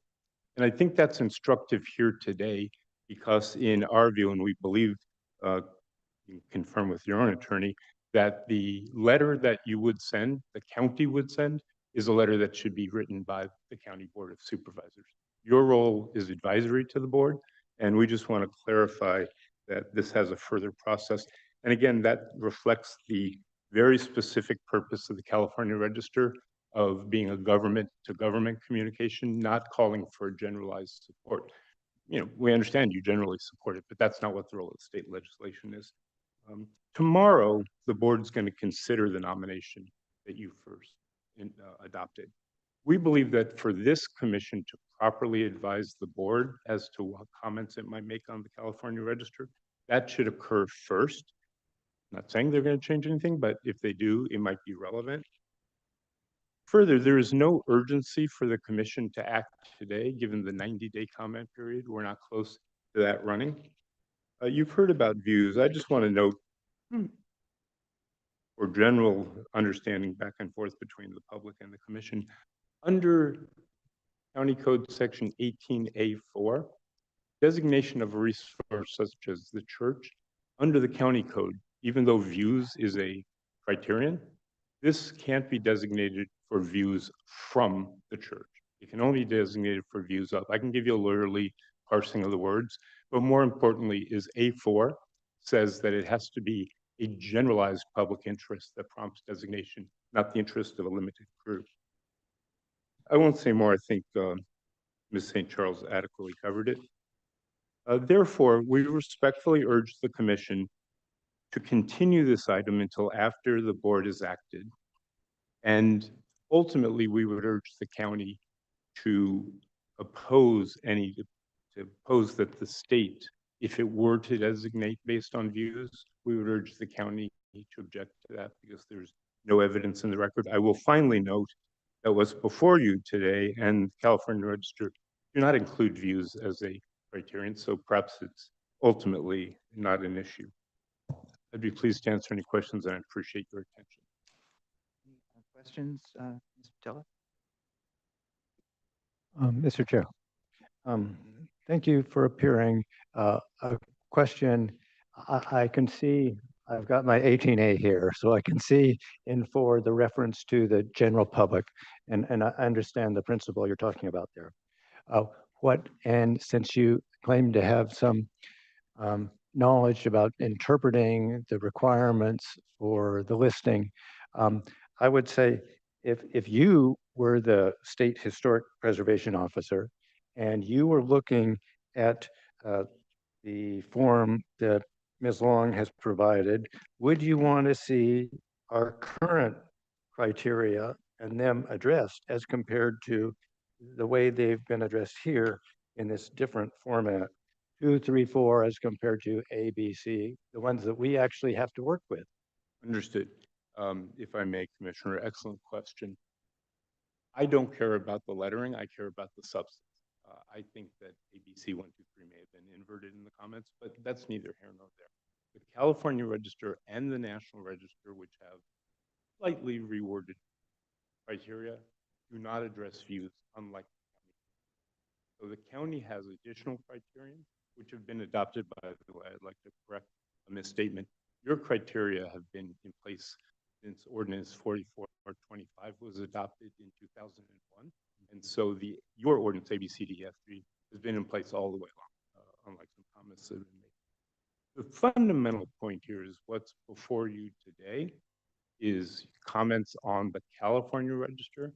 And as the nomination calls out, the basis of the designation is criterion regarding the architect and the design. And we have not disputed that the architect's important or that it's a beautiful church. Thank you. Thank you. Any other questions for Mr. Diffett? Thank you very much. Thank you Appreciate so much, you coming Commissioners. today. So let's move on to public comment from the internet, online. We have Amber Long, and after that, we do have a comment from our P&D staff, Nicole Liu. Ms. Long, This is Amber Long. Good morning, everyone, again. I'd like the commissioners to recall our original meeting about the application as a landmark, to be a background to these further comments. It was during that period where we also looked at post-Hazeltine's criteria, realized it was an old way of doing it, and at that time decided how those criteria would then, what criteria for today's lettering would be appropriate. And it was at that time that the commissioners actually added F to the nomination and felt at that time that F was appropriate. So my comment to the commissioners is to, remember that that is what happened and perhaps recall why you feel that views are important. The church obviously has a view of how their church is oriented in nature and the importance that that plays to their religious experience and the history of their property. I believe that given that the criteria F is not a California Register criteria, but a county criteria, the interpretation of whether it is views of or views from or both is really up to the county and to the commission. Regarding today's letter and support for the California Register, the current DPR forms are correct in that they don't reflect F, and that is still an ongoing concern. So given that they reflect the criteria that Mr. Devlock's team is actually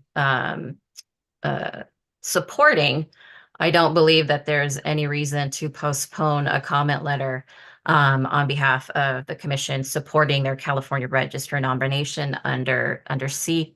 And I'm happy to answer any other questions. questions for Amber Long? Thank you very much. So I guess the next person would be Nicole Liu. Good almost afternoon, Chair, and members of the HLAC. I just wanted to come in as staff because I think there was some question of process, and staff is looking into the process. But once the HLAC has come to what you'd like to have in your letter, we would likely be taking that forward to the Board of Supervisors for review before sending that on to the state. Like I said, staff is still looking into that process, but I did want to let you know that that would be the case. So that would be occurring most likely at a future date. So Ms. Liu, you're saying that planning development feels that this has to go to the Board of Supervisors for approval?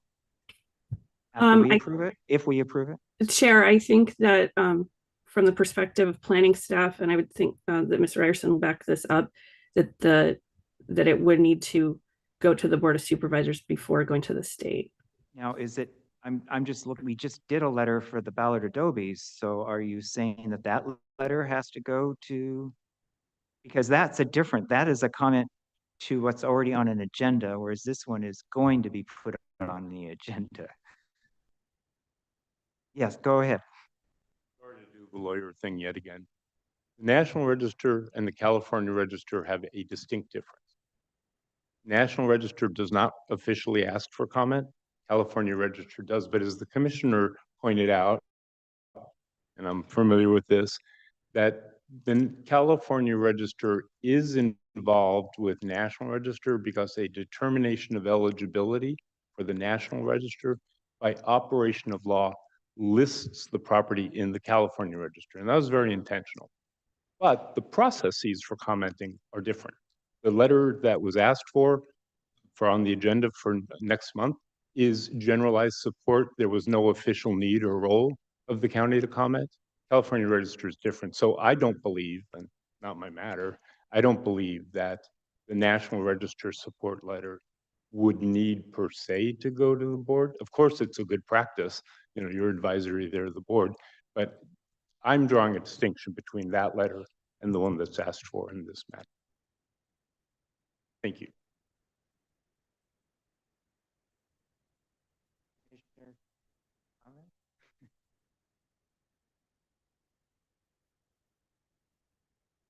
Forgive me, what is the question on the table for us right now? Well, a letter in support of California Register of Historic Registration, and it would be attached to the nomination that we have in our packet. The state of California within 90 days, and then it would be put on the agenda to be voted on by the state of California, by the commission of. So whereas the Ballard was, it's already on the agenda, and we were sending a letter or something, but that is for the national.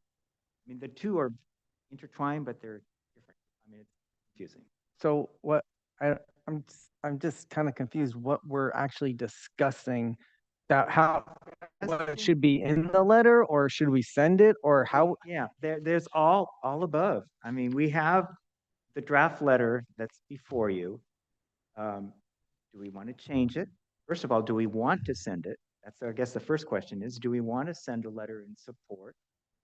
If we do, is the draft letter in front of you sufficient? Does it need to be changed? And it sounds like we have an option that maybe table this for 30 days after the nomination. Remember, tomorrow, the resolution for the county landmark nomination will be before the Board of Supervisors tomorrow, the 15th. So one of the requests we heard today was to postpone this letter until the next meeting, until the decision is made tomorrow. That's a decision if we think that's necessary or not. Two different things, or is it related? So there's a lot of questions, Commissioner Malcolm. Okay. There's.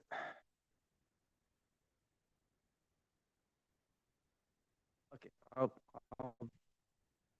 I probably have more to ask, but I'll let it go for right now. Thank you.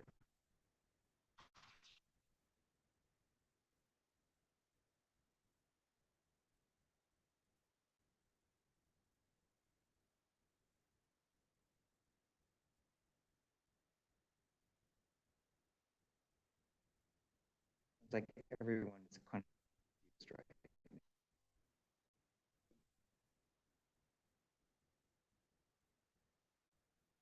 Mr. Chair.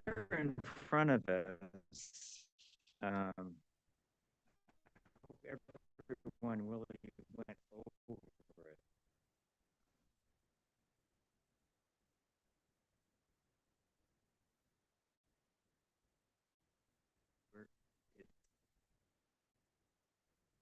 Specific about the architecture, about and why it, we don't talk about specific county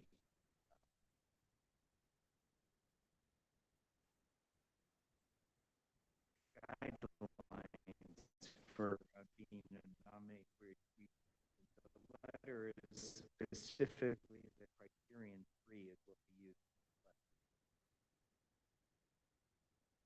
Refers to the property as an established visual landmark of our county.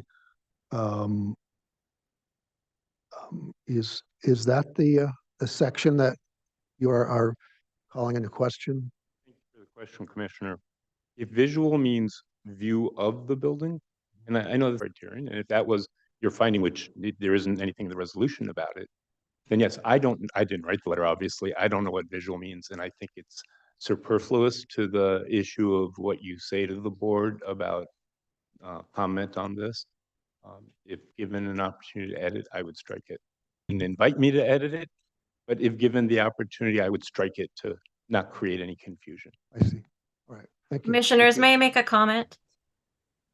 Go ahead, Ms. Long. One comment is just about the process and procedure. The state requires us to provide you 90 days notice of our intent and the application. It also states that if no comment is received in that 90-day period, we can then, the concern I do have is if this gets pushed to another HLAC meeting and then onto a supervisor's meeting, we may be well outside that 90-day period, and we will be able to send it in without comment for your consideration at this time. Thank you. Does anyone want to stab at a motion of what we do, and then we put it on the table for discussion? One more question, I'm sorry, if you will. So the word visual in the second paragraph of your letter, so it's been an established landmark of our community rather than an established visual landmark of our community? I don't get it, what the conflict is or the confusion is, but well, whatever you guys think, I'm good with either. Okay, now that I got that clear, right? That's the, okay. I mean, we could take no action. I mean, that's on the table too. We are running out of time, so I think we need to move forward, whatever we're going to. Well, I would note in terms of people telling us what we should or shouldn't do or what our part in the process is, that for instance, with the Ballard Adobes, this was sent originally to the County Board of Supervisors, this letter from the Department of Parks and Recreation, notifying them that there was going to be a hearing. Okay. And this is, and then they realized, oh, it's history, and it comes up. Of course, that's our mission, to try and preserve the historical structures in our county. And to that end, we chose to make a 90-day designation of the All Saints. And I think we were all supportive of that. It was all an easy choice, whether the nomination was done by a professional or not. And here, I think it's actually pretty clear that it meets the criteria for the state. And so that's what's addressed here. In this letter, it talks about the criteria for the state. I have no doubt the Board of Supervisors is going to take our 90-day recognition and choose to landmark All Saints. It deserves to be landmarked. And I certainly hope that the state places this on the national register. So to that end, I think we should send this letter, or at least forward this letter to the Board of Supervisors. This is the letter you should send, if that's what staff has decided they're going to do. So I'm supportive of this. If somebody wants to take out the word visual, that's fine with me. I think Randy is right. We use our eyes in many ways. Since we don't smell this building, you can touch it. It's a wonderful building to touch. But more than likely, you've used your eyes to notice that it's a landmark. And I don't think this speaks to how we interpret whether or not it meets criterion F and how it meets criterion F, which is the one which speaks to our view. I would say if we're supportive of it being listed at the state level, we should send this letter and put it, if it goes to the board, they'll have that too. And they can arbitrate, how and if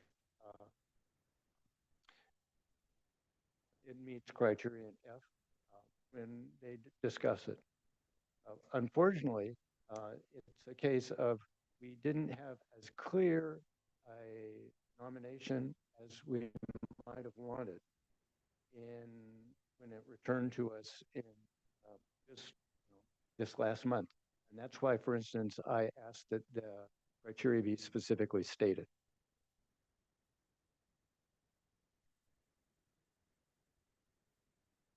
So we're moving into comments here. So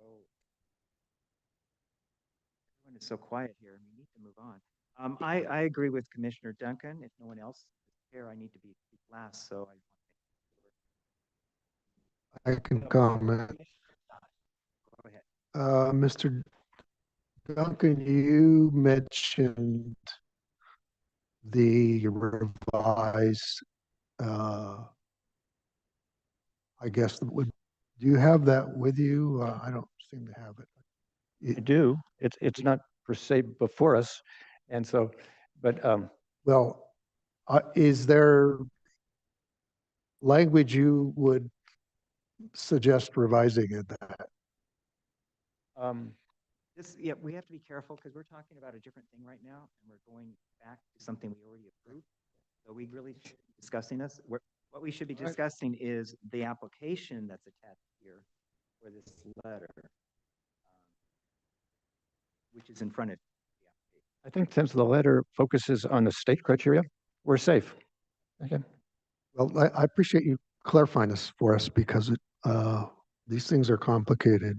So I would be in favor of going forth with the letter as written because it's clear that we are not getting into that issue really about whether or not it meets the county criteria.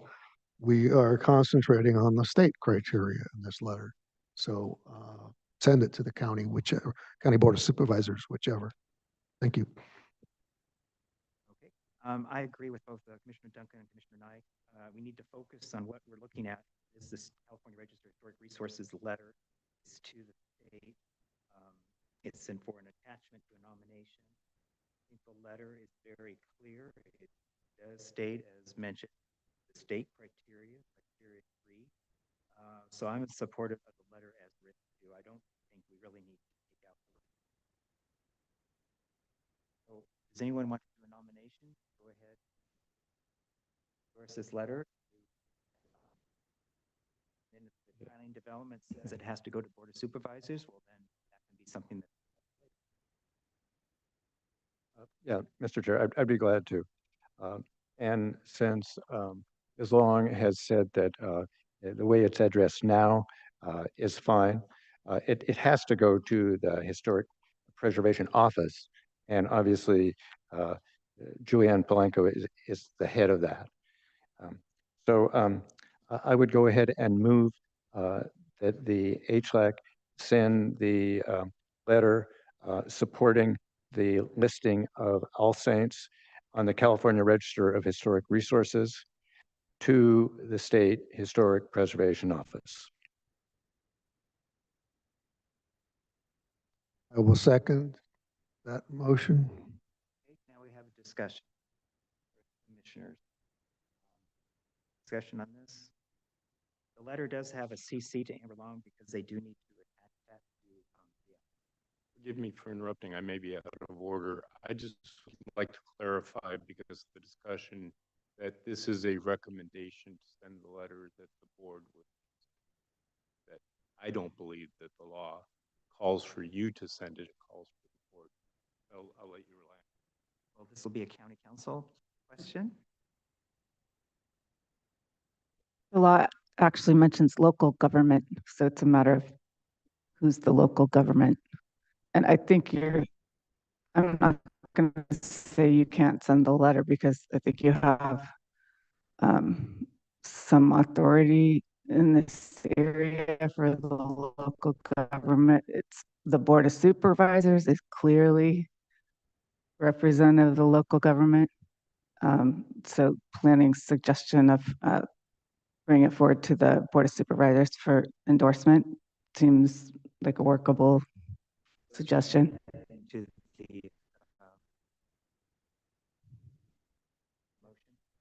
I'm glad to amend my motion to include or suggest that the Board of Supervisors, if that's appropriate, send this letter. Because I just want to make sure that we do this and it just goes into limbo and nothing ever happens. I mean, has happened before.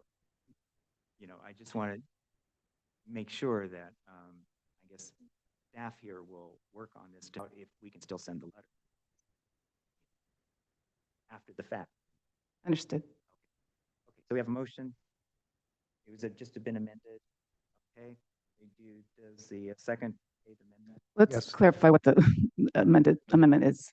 Was with the HLAC send, Mm. but so I would be glad to amend it to read that the HLAC send, or if it's appropriate, instead have the Board of Supervisors send. Does that work? Yes.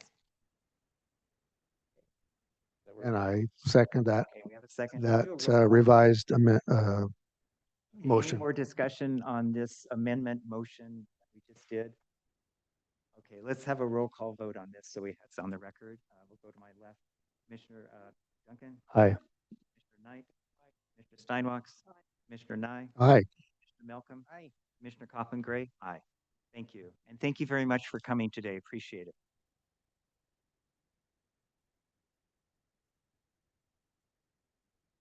The next agenda item is the Cold Springs Canyon Bridge. Do we need a quick little break? I know one commissioner has to leave.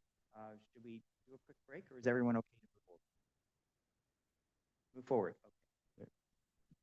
Mr. Chair, Item 13. Mr. Chair, I just wondered about the San Ynez Library, if somebody is waiting on that, since that was tabled. Well, I think That is just what I was going to bring up. We do have the applicant online for the San Ynez Public Library. Okay, well, let's use that at the end.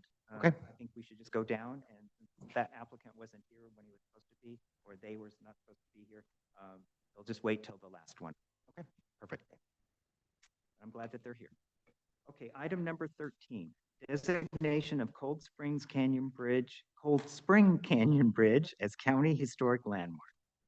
The County Historic Landmarks Advisory Commission will consider adopting a resolution designating the existing Cold Spring Canyon Bridge as County of Santa Barbara Historic Landmark.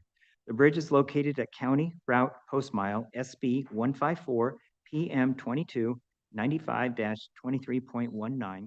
It's in the 3rd Supervisorial District. HLAC will consider determining that such action is exempt from the California Environmental Quality Act, pursuant as an action taken by regulatory agency as authorized by local ordinance to assure the maintenance, restoration, enhancement, or protection of the environment where the regulatory process involves procedures for protecting the environment. So this is a continuation from our last month's meeting of September 9th. And the changes that we had talked about were put into the resolution that's in front of you.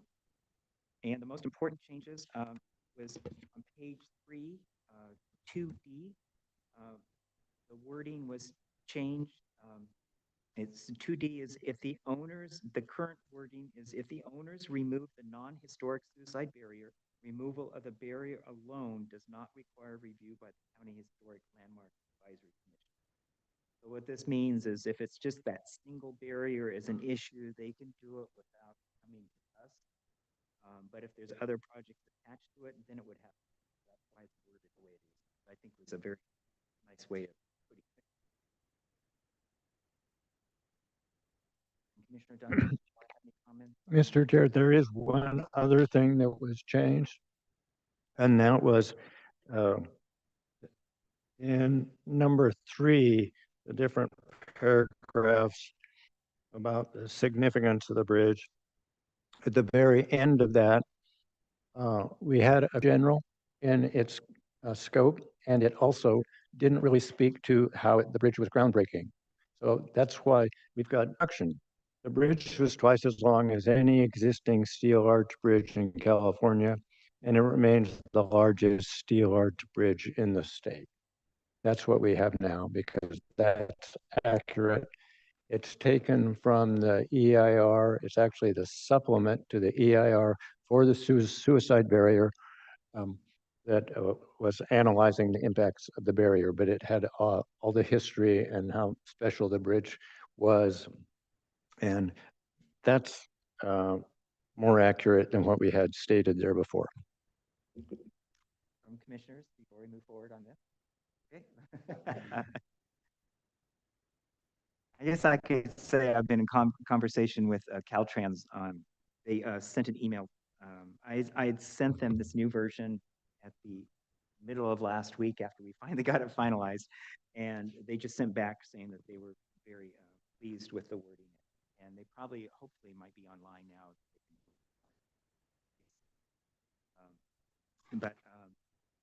Yeah, we already went through the presentation last time. It's mainly, this is the final thing. It's final. Unfortunately, we have a small amount of people here. We still have a quorum, but it's been nice to have everyone here because it's such an important designation. It's been a lot of work to get where we are today. So first, any questions that we have? Questions? Okay. So let's go to public comment. Is there any public comment on this item? If we have any public comment on this item, please raise your hand in the chat. Seeing none? Okay, thank you very much. I guess I just want to let everyone know, I think I mentioned at the last month's meeting, is this is tentatively, and I think it's down pretty strongly that we'll be at the Board of Supervisors December 10th meeting, the same meeting as the Chaffee resident nomination. So both will be heard, and it is a North County meeting. So let's move on to comments from commissioners on this item, since there's no public.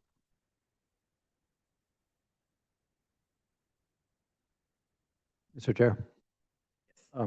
Yes, I think all of us were very supportive of his nomination and designation.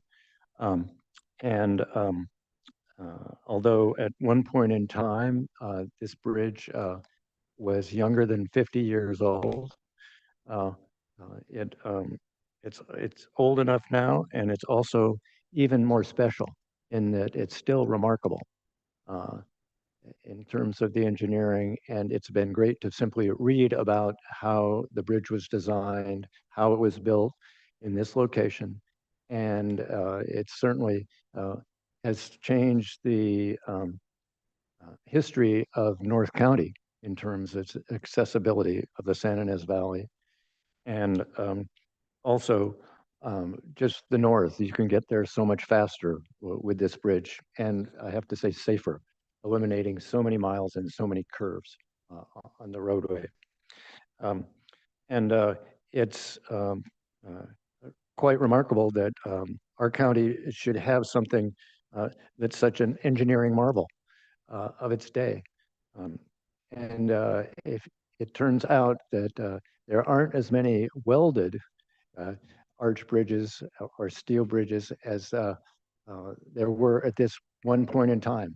But when we have a fire, I'm really glad we've got a steel bridge there as compared to something that might be vulnerable to fire.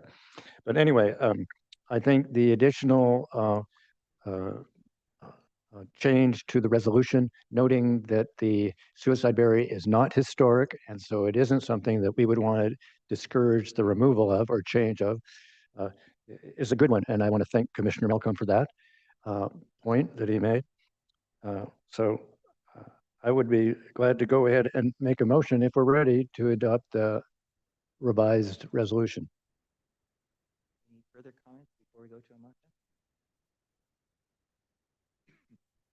And I would move that the County Historic Landmarks Advisory Commission adopt a resolution designating the Cold Spring Canyon Bridge as a County of Santa Barbara historical landmark and determine that the action is exempt from CEQA. Second. I would just like to maybe amend that motion just to put in County Historic Landmark number 50. I agree to that.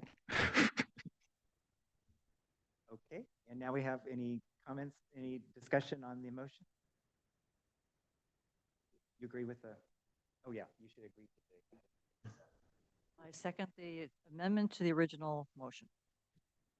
Okay, and it doesn't look like we have any more comments on this item, on this motion. So let's do a roll call vote, and Commissioner Duncan. Aye.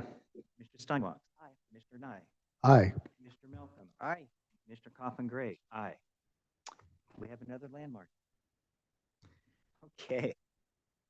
Now we are going back to what was agenda item number 9. Let me read it for everybody. This is a proposed work at the San Ynez Public Library, which is already a County Historic Landmark number 11. The County Historic Landmarks Advisory Commission will review, discuss, and provide comments on the installation of a new outside air conditioning unit on the San Ynez Valley, San Ynez Public Library, County of Santa Barbara Historic Landmark number 11. The property is a 19,985 square foot parcel located at Assessor's Parcel number 143-213-017, Zone C2, located at 3596 Guanto Creek in the San Ynez Plan area. This is in the 3rd supervisorial district. So today what we're looking at, they are doing work at the proposed work at the San Ynez Public Library. They're going to be doing a lot of electrical work inside, which is not our purview, but there is a proposal for a small addition for an air conditioning unit on the outside of the building, which does affect us as far as deciding if we want to approve it or not. At the last minute, we didn't get this before your packet was sent out, but there is some sketches and photos that was today's sent to you. So first of all, any ex parte on this particular item? Mr. Chair, I stopped there this morning, Okay. and I have been inside. So many years ago that it was when my kids were checking out Bojack's here. Okay, any other ex parte? Okay, any questions for staff? Any staff on this?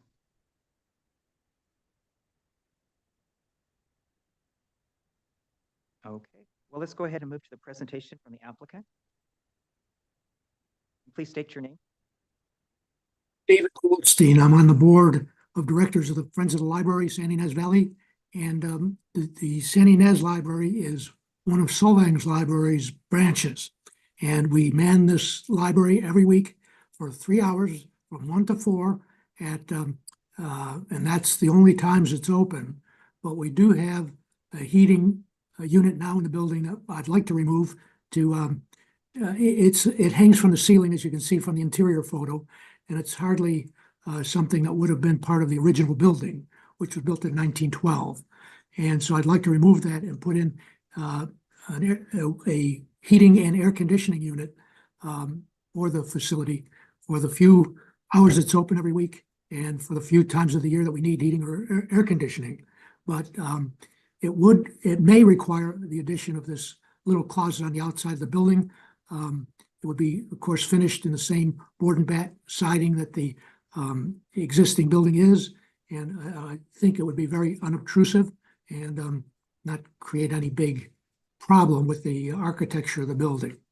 The most concern for this project is to update some lighting on the inside and to get rid of the heating unit and the window air conditioner that's been providing the services for many years. So that's, if you have any questions, I'd be glad to answer them.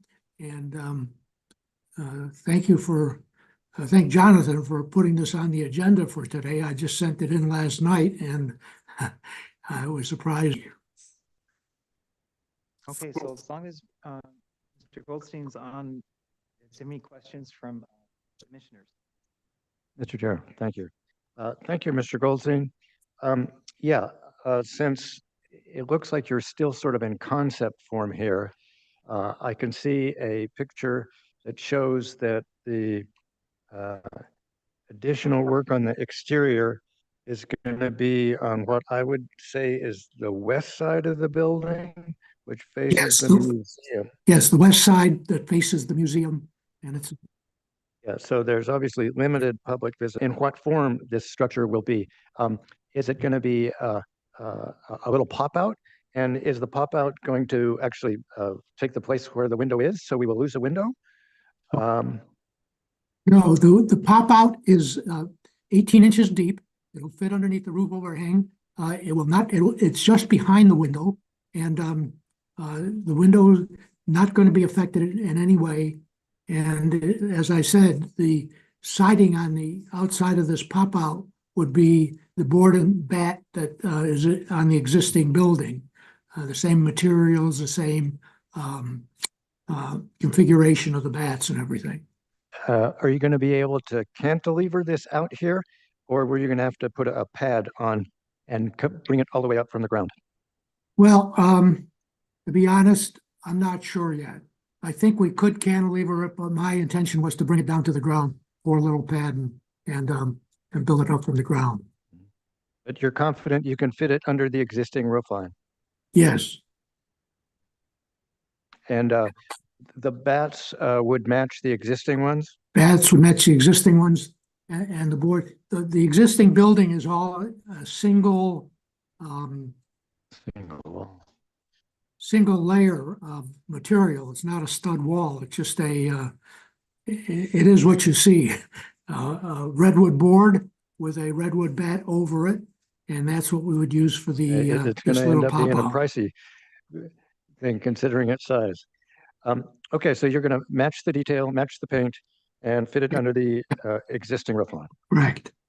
Okay, thank you. I have a question. I'm not that experienced in air conditionings. I just have one now. And but I know the big fan is at the top. So is the top not going to be covered so the fan can go around? You're just talking about covering the sides of it, or are you talking about covering the whole complete air conditioning unit? Well, the complete pop-out would be covered on the back side where nobody can see it. There will be a grill for fresh air to get to the unit. Okay, thank you. Any other questions for Mr. Goldstein? Pardon? I guess we have any more questions. Thank you very Oh. much. Oh, I'm sorry, Commissioner Malcolm. Yeah, I'm seeing the mock-up on the enclosure. That's going to go all the way to the roof? Or is the 18-inch by 36-inch the unit, but not the No, closet? that's the closet. That's the size of the closet.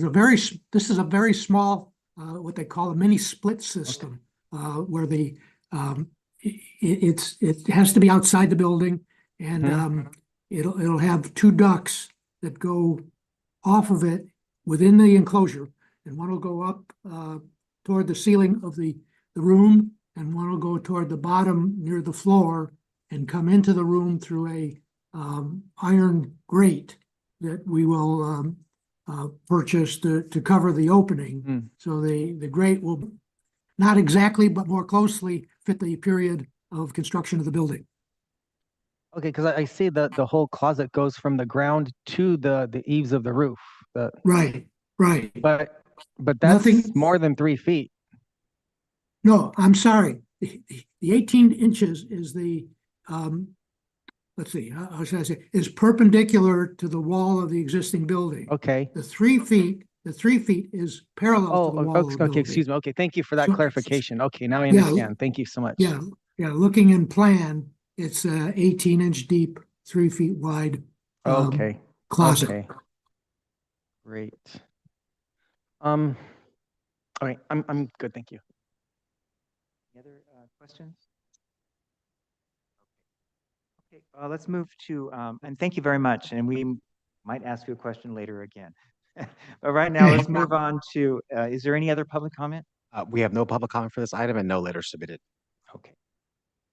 Okay, let's move to commissioner comments on this item.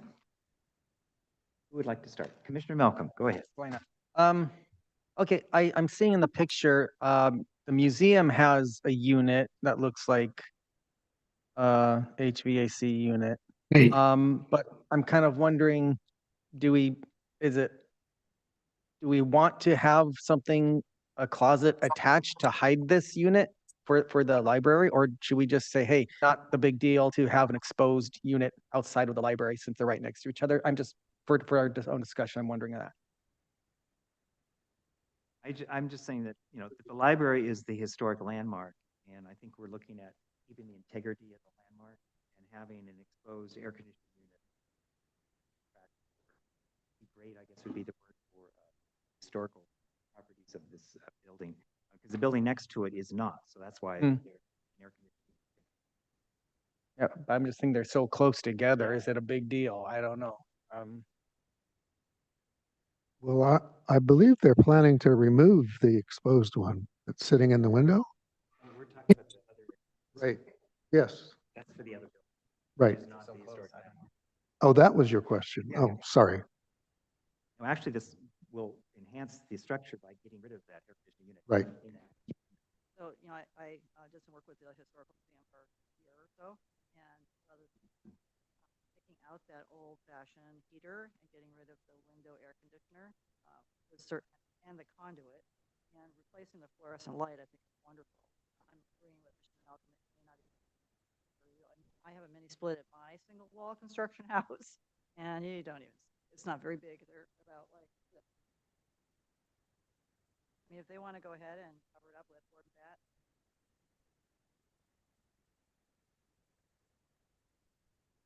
Okay, we're Yeah, I support the project. I can approve it.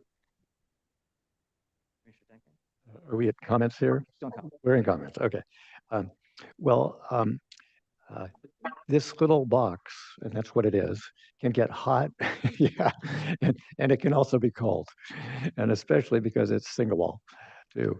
I can understand the need for better heating and ventilation, and certainly it's a good idea to now take that unit out of the window and put something that actually is going to distribute air in a better manner, having an intake down low and or up above, depending upon what they're doing, and dispersing the air better.